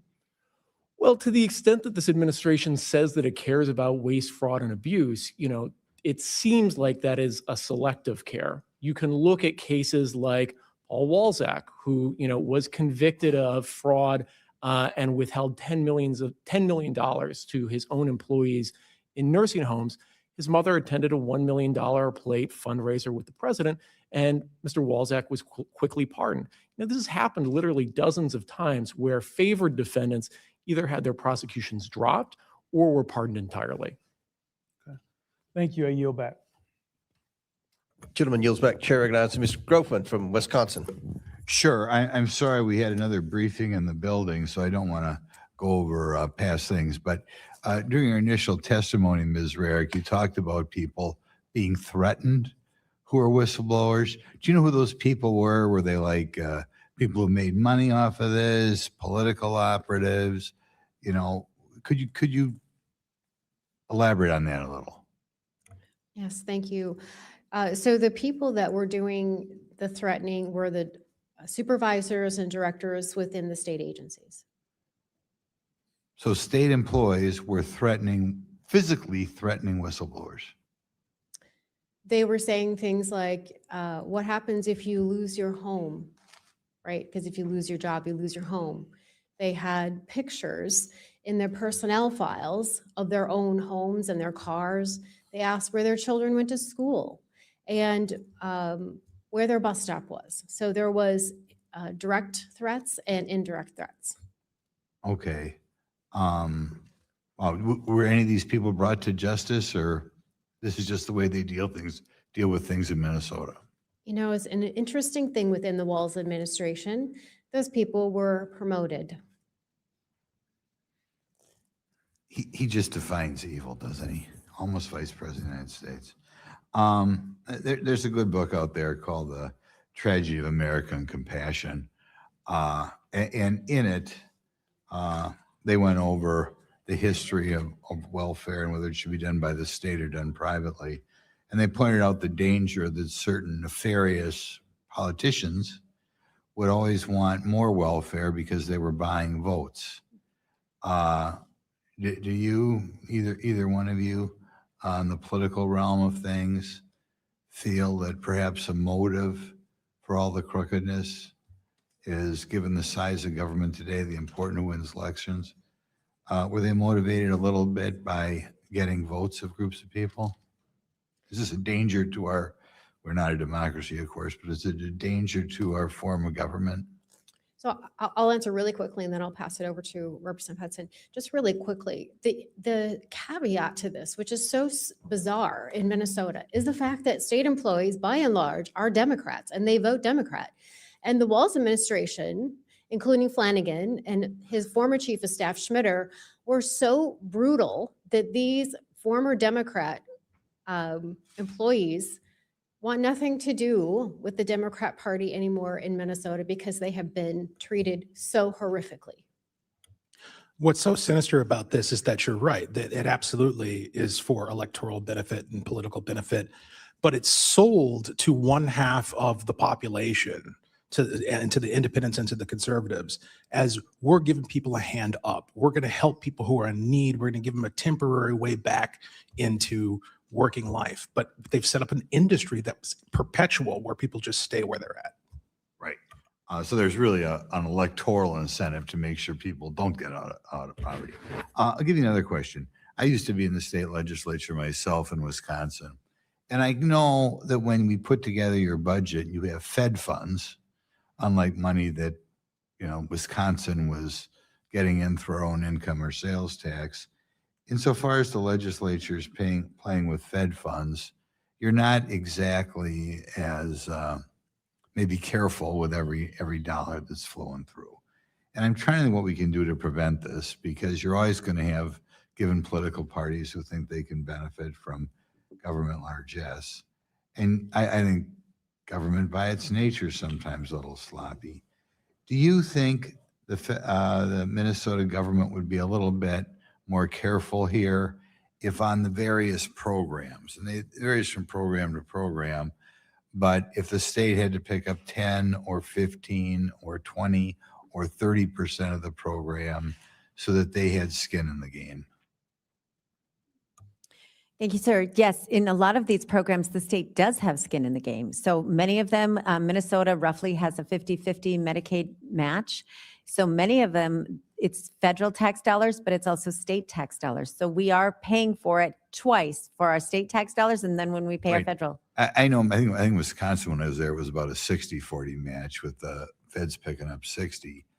And that came into play. But I gather there's some programs on here that maybe the state match is zero. Is that accurate? I would have to look at each program. I don't know for sure. Okay. I'll ask you, just as state legislators, and different state legislators look at this question differently. Do you think as a country on some of these programs, we should be asking some of the programs that are 100% Fed funded now, we'd be better off if they were maybe 70% Fed funded or 75% Fed funded, so the states that have a little bit more of a skin in the game, I'll put it that way. And a concern I would have, insofar as there are programs which the state is picking up nothing, really the incentive is to have more graft, because you just bring in Fed funds for the state. Yes, sir. So we need to make sure the states have skin in the game so that they administer the programs properly, because otherwise their incentive is to draw down more federal money to take the burden off state taxpayers. But we're all taxpayers. So somebody's paying. There's no such thing as a free lunch. Right. And not just no such thing as a free lunch. It encourages state legislators to look the other way, because you're just bringing that money into the state. I kind of felt that way about Medicaid, but thanks.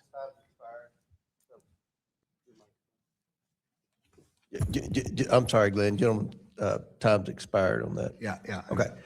Chair recognizes, who's next? Ms. Simon. Thank you, Mr. Chairman. I ask unanimous consent to enter into the record a January 6, 2026 article from the New York Times, Health Department to freeze $10 billion in funding to 5 Democratic states. Without objection to order. Thank you, sir. I appreciate us having this conversation, and I do apologize to our witnesses. Being in the last briefing took us out of this space, but you coming here to provide us some opportunity to discuss this is important, because I think it is true.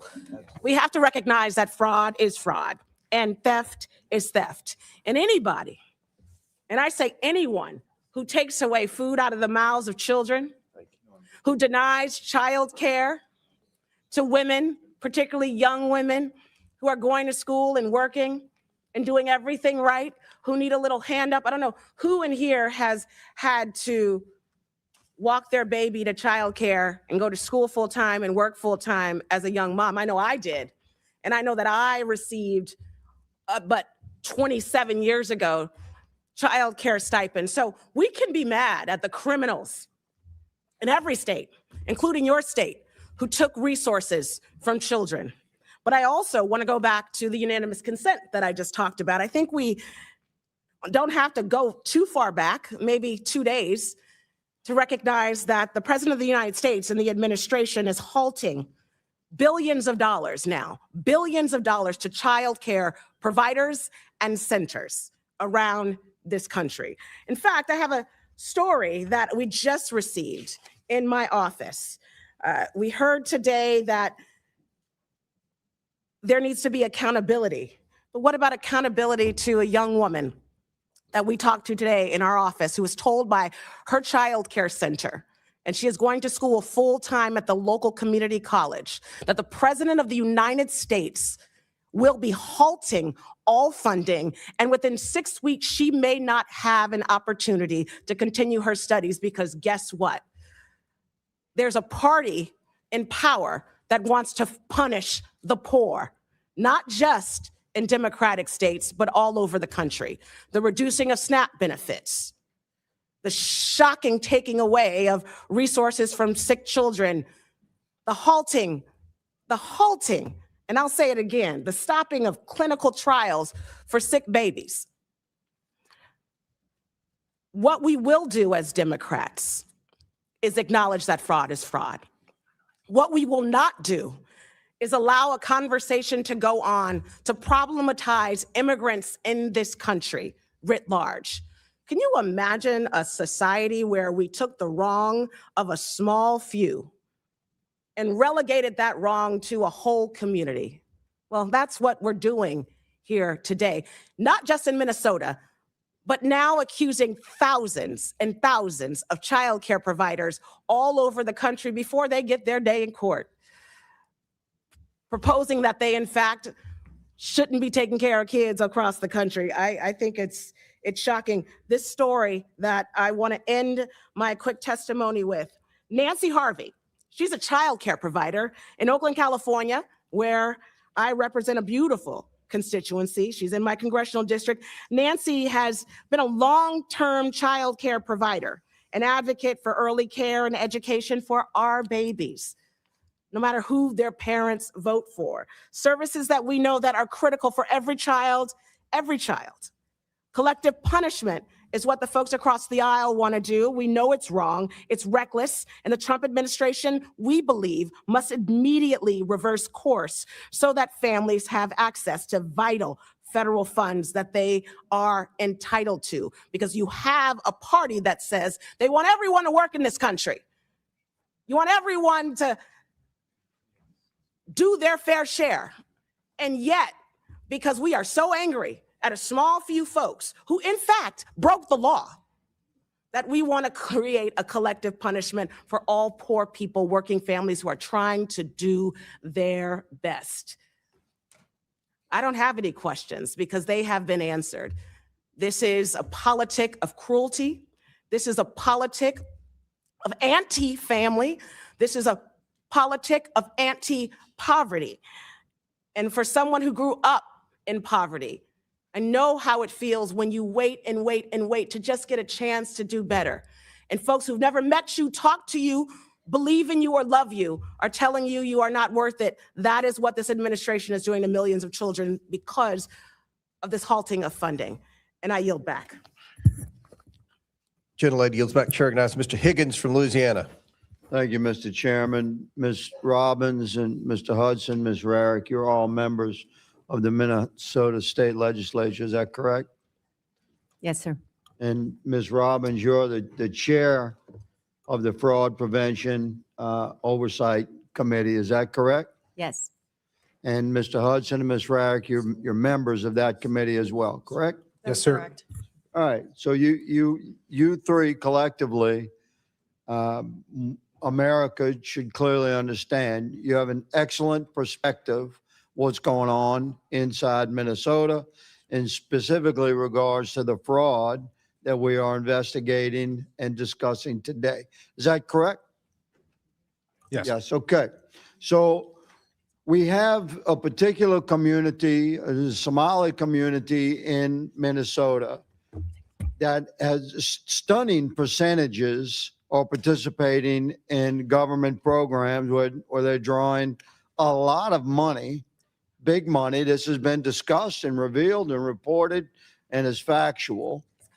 You have a tremendous amount of criminal fraud taking place that one of my colleagues, the gentleman from the other side of the aisle, mentioned transparency. I would argue that from a regular American's perspective, it's quite transparent that something criminal is going on when you have billions of dollars disappearing into child care centers with no children in them, and you have a tremendous transfer of wealth into a relatively small immigrant community. You have $9 billion, that's $9,000 million missing in the last few years. It's alleged to be fraudulently stolen.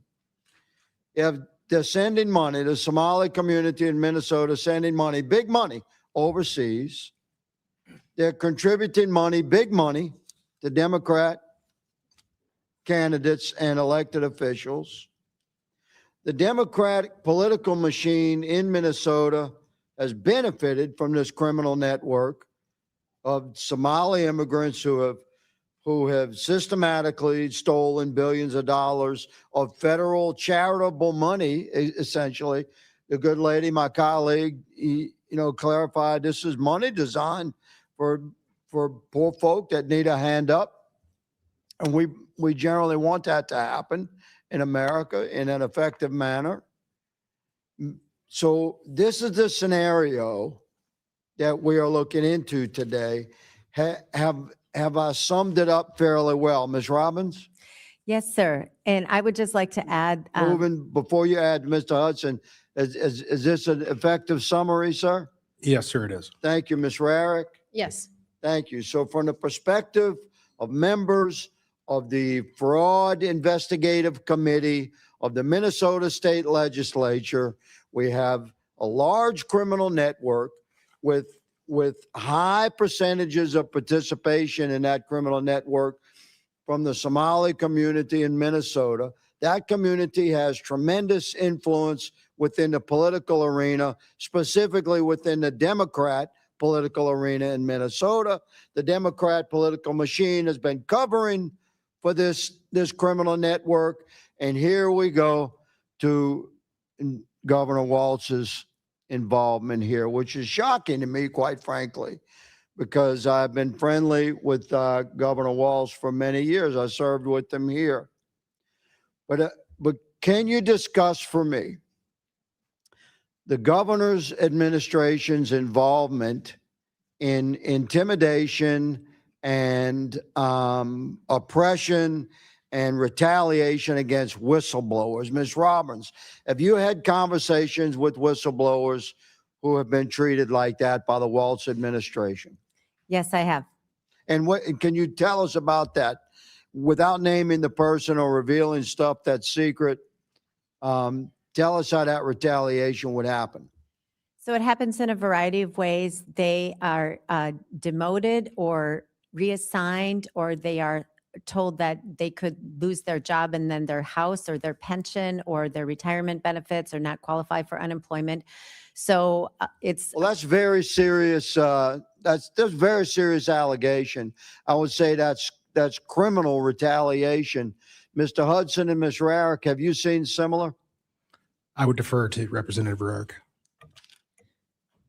Yes, so Representative Robbins and once in a while Representative Hudson have had multiple conversations with whistleblowers, and that is exactly what they said to us, especially in a face-to-face meeting in St. Paul. That is exactly Unbelievable, what they Mr. Chairman. My time has expired, but this leans into the criminal spectrum, sir.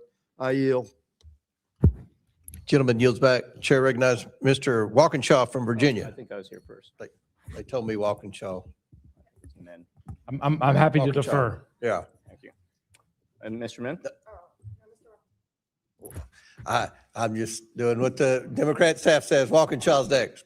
All right, thank you, Mr. Chairman. Let me just start with something simple. I think we're all agreed upon today. Fraud is real, fraud is wrong, and fraud should be prosecuted, period. And those who stole the taxpayer dollars in Minnesota or anywhere else should face the full force of the law. But what we're seeing today, and the premise of this hearing, is selective outrage about fraud. Because if my Republican colleagues actually cared about stopping fraud, they would not be defending the one president in modern history who is systematically tearing down the institutions designed to prevent it. The one president in history who has pardoned fraudster after fraudster after fraudster. But Donald Trump didn't just pardon those convicted of fraud. He's gone after the people whose job it is to find fraud. He fired the independent inspector general at the State Department. He fired the independent inspector general of the intelligence community. He removed the acting inspector general at Health and Human Services in the middle of a pandemic as massive emergency funds were going out the door. He pushed out the Defense Department IG. And why has Trump gone after these independent inspectors general? Simple. In each case, they were investigating his or his administration's misconduct and fraud. Donald Trump's approach to fraud is to fire the referees and then say that the game is clean because no one blows the whistle. And he hasn't stopped with IGs. He's repeatedly attacked prosecutors, law enforcement, and career public servants who investigated misconduct that was politically inconvenient for him. He's turned oversight and fraud prevention into a Donald Trump loyalty test. That is not draining the swamp. So forgive me if I find it difficult to take seriously lectures about fraud from people who have cheered while the most corrupt president in modern history has dismantled protection after protection against fraud. You don't get to scream fraud on Tuesday after you fired the fraud investigators on Monday. We can protect taxpayers. We can root out corruption and fraud, but we can't do it by turning fraud into a political weapon and ignoring the record of the person who did more than anyone to weaken accountability. Representative Robbins, in Minnesota, the governor doesn't have authority to pardon independently. There's a board, I think, and the governor is a member of that board with the attorney general and some others. But if that board in Minnesota were to pardon individuals convicted of fraud, clearly convicted of fraud, do you think a pardon like that would damage your efforts to root out corruption and fraud in Minnesota? It would really depend on the specifics of the facts of the case and the law, and You're not I'm willing not to going to say comment that. on a hypothetical. You're not going to say that pardoning fraudsters would make it harder to prevent fraud in Minnesota. You're not willing to say that today. I want to root out fraud and corruption and make sure Okay, people all are right. prosecuted. You're not willing to say that. You're comfortable with fraudsters being pardoned. You don't think it would damage the work. I want everyone who's committed a crime to be prosecuted and held accountable. And pardoned? It would depend on the case. I don't participate in the pardon process in Minnesota, but every case is very unique, and every governor and attorney general should look Okay, at the Mr. specifics. Baloo, can you just talk us through, I know this has come up already, the firing of independent inspectors general, the intimidation of them, making it harder to do their jobs. How does that impact fraud prevention and the prosecution of fraud from the perspective of a former prosecutor?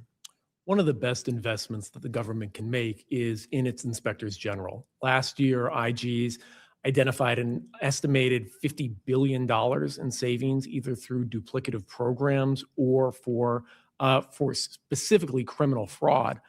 The challenge that we have is with 19 IGs being fired, that work literally is not happening. And there's evidence to suggest that at least some of them have been fired specifically because they were going after enemies or allies of this administration. Thank you. Mr. Chairman, I ask unanimous consent to enter into the record a CNN article from February 11, 2025, USAID IG fired day after report critical of impacts of Trump administration. Without objection, so ordered. Chair now recognizes Mr. Burchett from Tennessee. Thank you, Mr. Chairman. I think that it needs to be said that Governor Walz needs to step down. Him saying he will stay on to investigate is like O.J. Simpson saying he will investigate the murder of his ex-wife. Just doesn't work out.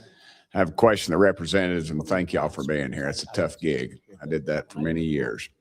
Do you think that the Walz administration suppressed fraud and abuse in social service programs because they're afraid of exposing Somali residents?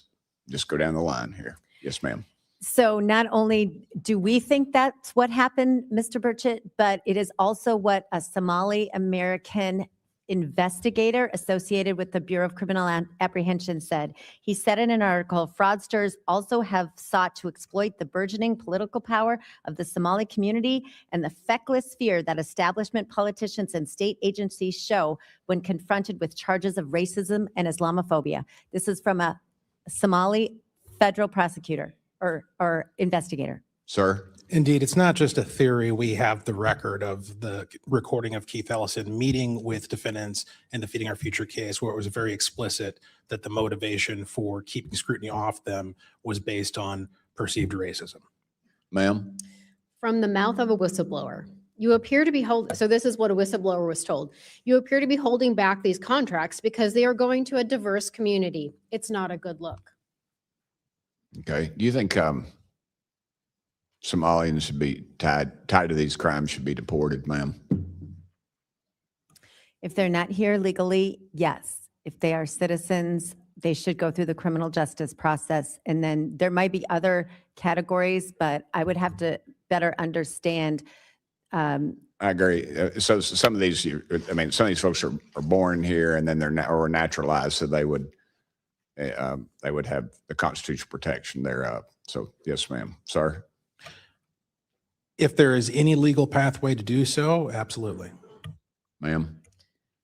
So you've got quite a big bucket of people, right? You've got people that were born here. That's a different situation. You have a people that were naturalized, Right. and then those are here illegally. So you have to treat each one completely separately with different paths. Ma'am, who is helping these folks navigate this complex grant application process? It seems to me that it's orchestrated. They've got a go-to. We've always found that out in my dealings with state government. There was always somebody in there, a gatekeeper. Yes, my colleague Representative Hudson could speak to it. There is a sort of a cottage industry of Somali consultants who help this. I bet there is. Yes, sir. Yeah, as I said in my opening statement, I've personally talked to two gentlemen who have worked as consultants for multiple entities receiving government benefits. And they don't believe they're doing anything wrong. And by the letter of the law, they might be legally acting, but they have created an industry out of benefits that were intended to lift people up, not become a business. Add to that, ma'am. So that is something that we have heard repeatedly from whistleblowers and others, that there is, yes, I would call it a cottage industry of people that when you land on our soil, that they are going to teach you all the different ways to sign up for multiple social service programs. And there's also that. So they sign up for the max amount, which is probably why there's a report that just came out on December 13th of last year that says that 81% of Somalis were receiving some sort of welfare in Minnesota. If you don't know the answer to this, just tell me. Do you have any knowledge or heard any talk that the Somalis are directing any of these funds to American U.S. tax dollars to Al-Shabaab terrorist organization? There have been past criminal convictions in this, and currently we believe it's mostly happening indirectly as they send money to Somalia that Al-Shabaab takes a cut. Y'all agree with that? We good with that? Do you think the design of the social service programs incentivizes fraud and abuse? Absolutely. There's no doubt about it. When you are willing to hand over a sack of money to somebody on the assumption that they're going to provide a benevolent service, and then you never check to see if they actually did, obviously you're going to invite fraud, waste, and abuse. Ma'am. Yeah, absolutely. We just stood up a new program that we'll probably talk about in a little bit, which is the paid family leave program. It was literally designed by Democrats to have waste, fraud, and abuse on a grand scale. Okay, I'm going to be out of time. Mr. Chairman, thank you. But I think America, we're sick of the hearings. We're sick of all this. We need justice. We need convictions. If these folks are guilty, and that needs to happen. America is sick of this. And it needs to happen. Thank y'all so much. And thank you for your bravery. Very well said. Chair recognizes Mr. Subramanian. Thank you, Mr. Chair. I'm so glad that committee Republicans finally want to talk about fraud and corruption and misuse of federal funds. This majority, though, has conveniently avoided this topic, but let's talk about the fraud in this administration. And let's start with President Trump accepting a $400 million plane as a gift from Qatar, which the president announced he would transfer afterwards to his presidential library, basically to himself. And then the president announced a $1 trillion economic agreement with Qatar and a security guarantee for them as well, an unprecedented one. Next, Trump has also accepted hundreds of millions of dollars in undisclosed amounts for his ballroom project, including from companies who had civil and potentially criminal charges that were then dropped against them by this administration. And it's not just President Trump. Secretary Kristi Noem has paid more than $200 million in DHS ad contracts last fall and bypassed the normal competitive bidding process to award some of the funds to a firm with deep ties to herself. And then Secretary Noem also spent $170 million of taxpayer dollars on new jets, including one for her own private travel. Family members of the president have entered into $2 billion in business deals with the UAE government and their government officials, while the U.S. Conveniently then signed a major CHIPS agreement with the UAE. And then after his election, President Trump put $4 billion in shares of his media company in a trust to be run by his son. And then President Trump maintained ownership of his business empire while letting his family run the day-to-day. And then in September, Forbes estimated that President Trump's meme coin tokens were worth $709 million, and his World Liberty financial tokens were worth more than $338 million, but we don't know exactly how that happened. Then President Trump also stopped the enforcement of foreign and bribery and fraud so that we could have American companies commit fraud abroad as well and not get prosecuted. President Trump also has made hundreds of visits to his own properties using taxpayer dollars, a lot of golfing included, and used his presidency for personal profit to those properties. In 2019, the GAO reported a trip to Mar-a-Lago costs over $3 million. And so if you add that up, that's a lot of taxpayer money being misused and a lot of fraud. The interim U.S. attorney for D.C. ended prosecution of a January 6th defendant after he represented that defendant in private practice.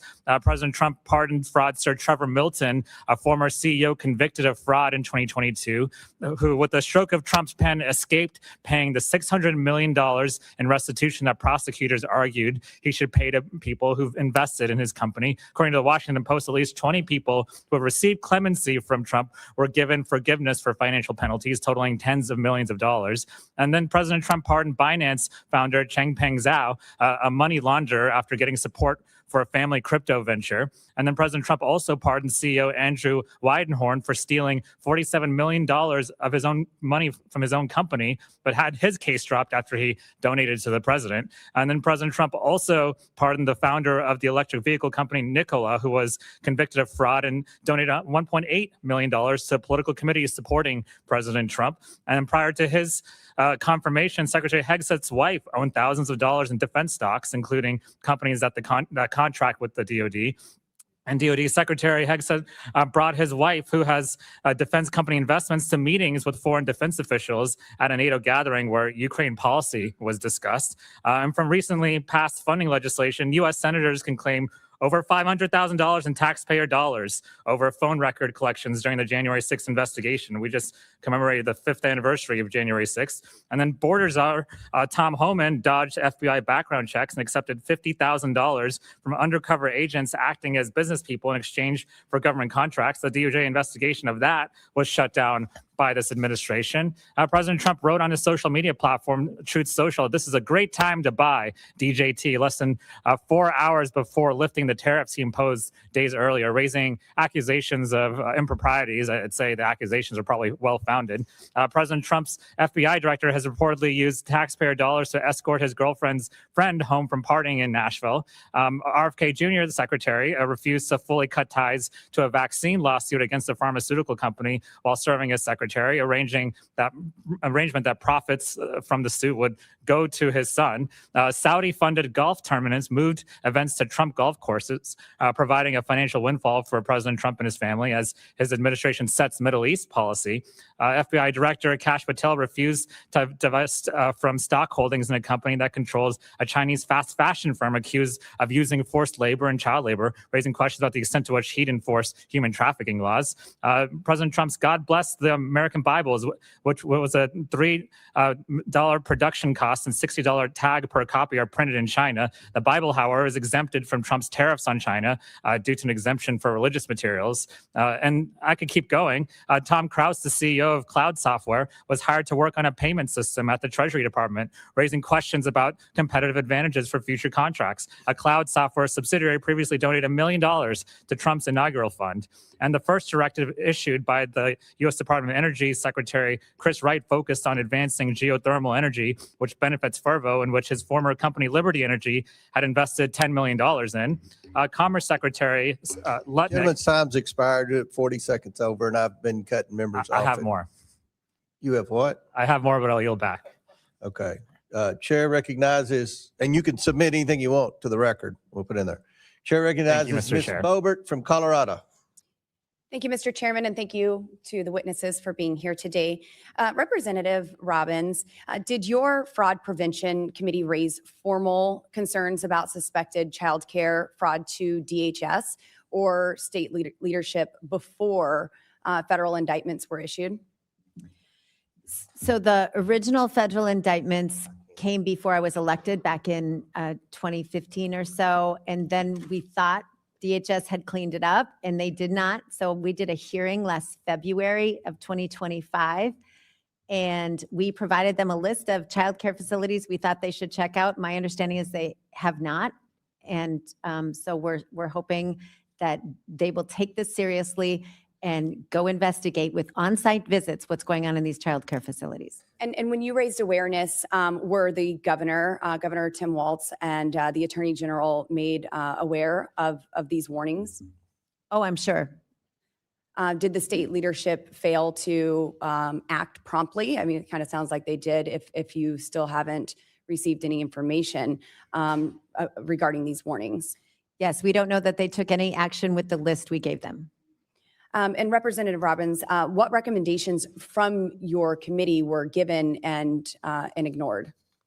So in general, we always try to look at internal controls, and we've asked, I mean, it's not complicated. We want them to go make sure recipients are eligible, that providers are eligible, that services are actually being provided. Our staff has gone to many of these places, and so it's not just the Nick Shirley video. Our staff has gone and looked at this, and there are literally no one there during business hours. Some of the offices where we have the address are empty. Like there's no furniture.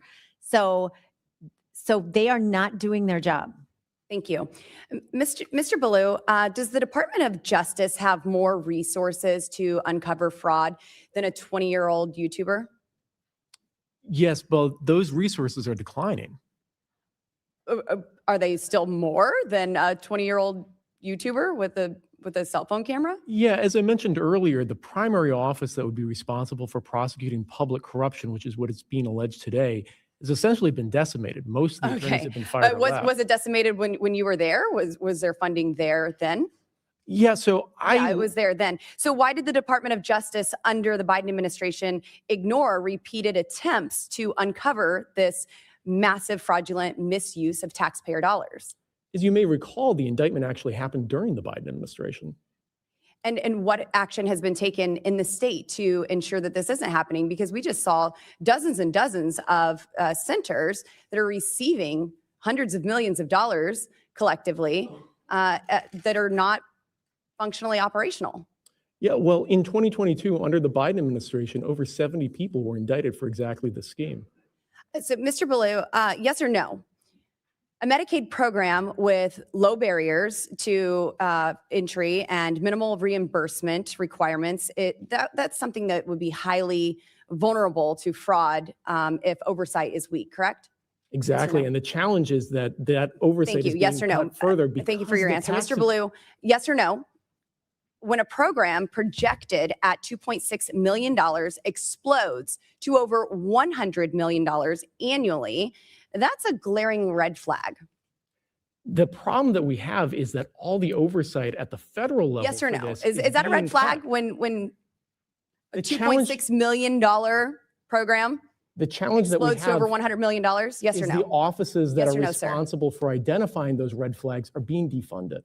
Mr. Blue, yes or no? When the same individuals or networks bill multiple Medicaid programs, that indicates organized fraud. And the challenge that we have is Yes that or the no? Does that folks indicate handle- fraud when you're getting the same individuals and networks that are billing multiple Medicaid programs? Precisely the offices that would identify that are being defunded. As they should be. Mr. Ballou, yes or no? Did the Biden administration cover this up for political reasons? Because uncovering fraud on this massive scale would have hurt the 2024 Democrat vice presidential candidate. Just so I understand, are you saying that the offices that uncover fraud should be defunded? I'm saying that these programs and the fraud that is taking place should be defunded. My understanding is what you were just saying is that the fraud programs. need So to be no, defunded. we need to uncover these, but they're And the challenge these that we actual have programs is that those that are offices ballooning being to $100 million. And if you could get back to the question I just asked, was this covered up because you thought it would hurt the 2024 Democrat vice presidential candidate? The office that Governor would Tim Walz. investigate that kind Yes or of no? alleged public Yes or integrity no? fraud has been defunded. In 2024, it was not defunded. And was this covered up to protect a vice presidential candidate? Yes or no, Mr. And Ballou? prior to 2024, over 70 indictments were brought under the Biden Mr. Ballou, was administration. this covered up to protect a political candidate? Once again, that office has been defunded. And there are Thank you, over Mr. 70 Blue. indictments I'm brought sorry under that the you're Biden not answering administration. questions before this committee correctly. Thank you. Oh, okay. Thank you. Chair now recognizes Ms. Tlaib from Michigan. Thank you so much, Mr. Chairman. Thank you all so much for being here. I think as someone I served in the state house, I know how important it is, no matter if there's a D or R next to, any name of anybody that's in charge, to make sure we root out any sort of fraud, scams, because we know it hurts everyone. But as a Muslim American, I got to ask you all as a public servant, because, Representative Robbins, Hudson, Rarick, do you believe every Somali in Minnesota is engaged in fraud right now? Yes or no? You start. No. No. Absolutely not. Do you believe that Muslims are demons? No. No. Absolutely not. That's a ridiculous thing to even say. I hope nobody says that. Yeah. Well, I just think it's really important, as you all do the job that you need to do, to also root out hate and divisive language that you can't imagine a child listening to that. You know what I mean? And they're seeing that. And I'm telling you, as somebody that grew up Muslim in America, sometimes you're just listening to that and you feel othered. You feel like you're less than, that maybe the things that are being said are true. And so, Mr. Chair, I have to submit for the record, I know this is not your only source. I heard you. But, unnamed source in a viral Minnesota Somali fraud video is a right-wing lobbyist who called Muslim demons. But why this is more disturbing, and I don't know if any of you shared it, but I want you to know that who shared it, despite this, and all the falsehoods that my colleagues have already highlighted in a very, very shameful way, that this video has been shared widely. and proudly by Attorney General Pam Bondi, by FBI Director Kash Patel, by Vice President J.D. Vance, who actually called the video, quote, far more useful journalism than any of our winners of the 2024 Pulitzer Prizes. The video creators, Nick Shirley, has built this career, right? But on a lot of Islamophobia and dehumanization, that I just feel as public servant, as you root out fraud, and you have to, that you don't make it out that it's about the Somali community. It's about maybe not having the checks and balances and maybe, again, wanting to do that. But I urge you all, because this is the same person that also talked about the community I represent in the city of Dearborn. And again, there are children watching, and I say this, that racist rhetoric, no matter faith or ethnicity, against any of our neighbors is not going to prevent fraud. Doing this will not prevent fraud. We already saw like Trump administration using this story to pretext of sending 2,000 federal agents to target and harass Somali American community. I mean, do you agree with that? Sending troops in? I don't think ICE agents are troops, and ICE agents should be able to do their job anywhere in America. I meant federal agents. You're right. I meant federal agents, ma'am. Do you believe federal agents should come in and 2,000 federal agents should come into your state? I think ICE agents should be doing their job anywhere in America. It's their jurisdiction, and if there are But that's the criminals, response of the president. So if there are criminals who need to be Yes, I understand. deported, they should be deported. but that's not what's going to happen.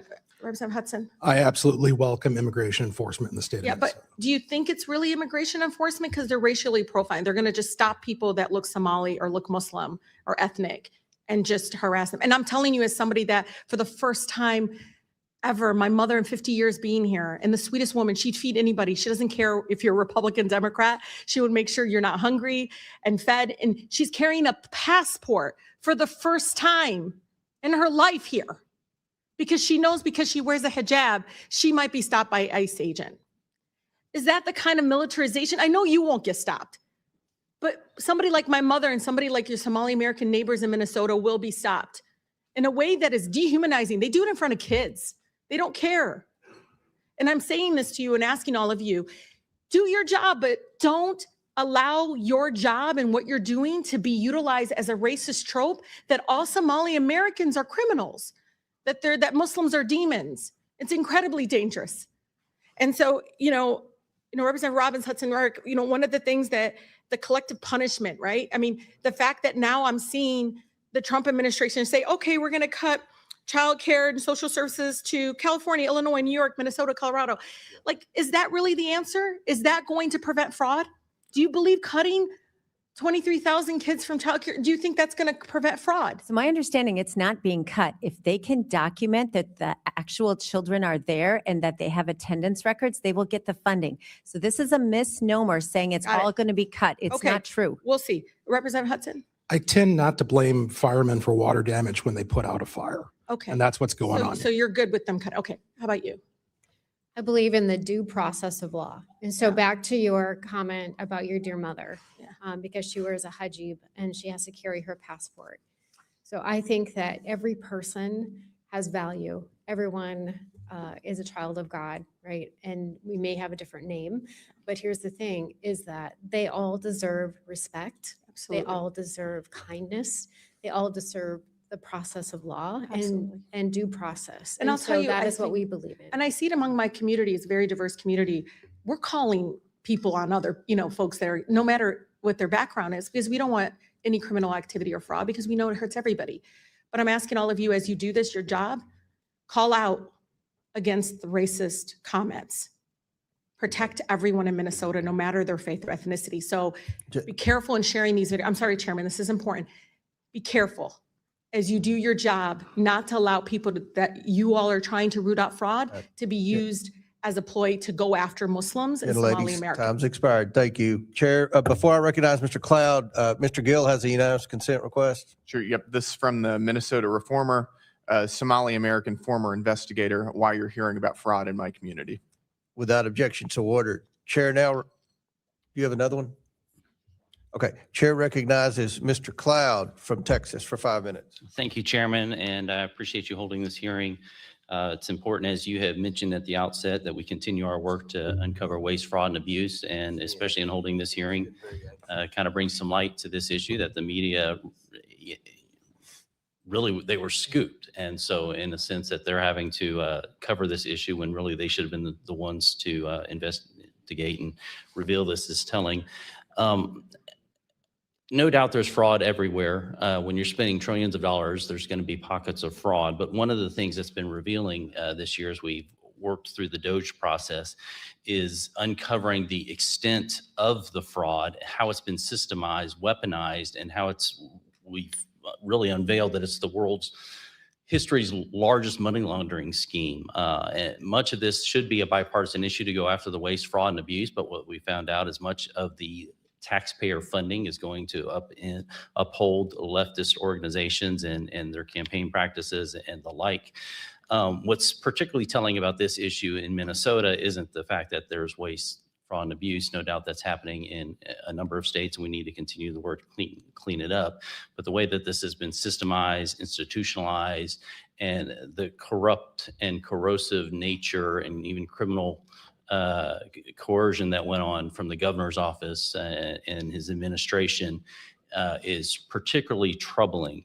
I think it's notable that the Biden administration was aware of this, even as they tried to sell the Harris-Walz administration on the American people, and perhaps that's why we didn't see this come to light as we should.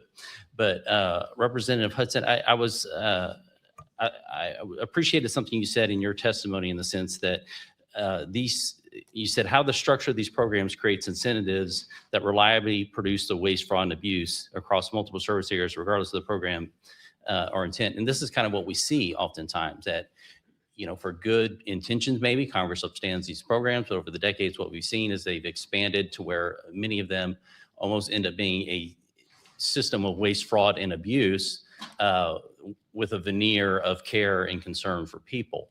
And our job in Congress is to help bring the tools to make sure that that doesn't happen. And so the ranking member said, where fraud exists, we should look into it. We should hold people accountable. What we see coming from the left a lot of times is they're fine with reactionary. We're fine in bringing prosecutions after the fact because the money's already gone out. We're fine with prosecuting people who do ballot harvesting once the ballots are in the pot and we can't separate them. But it's far better for us to prevent it. I'd like to talk to, I'll start with you, Mr. Hudson, but if y'all want to jump in, what control? No, we don't. All right, y'all, we're gonna have to go ahead and end this right here. As we can see, this is just gonna keep going on and on and on and on and on. I think we've gotten all of the pertinent information that we are going to get on this.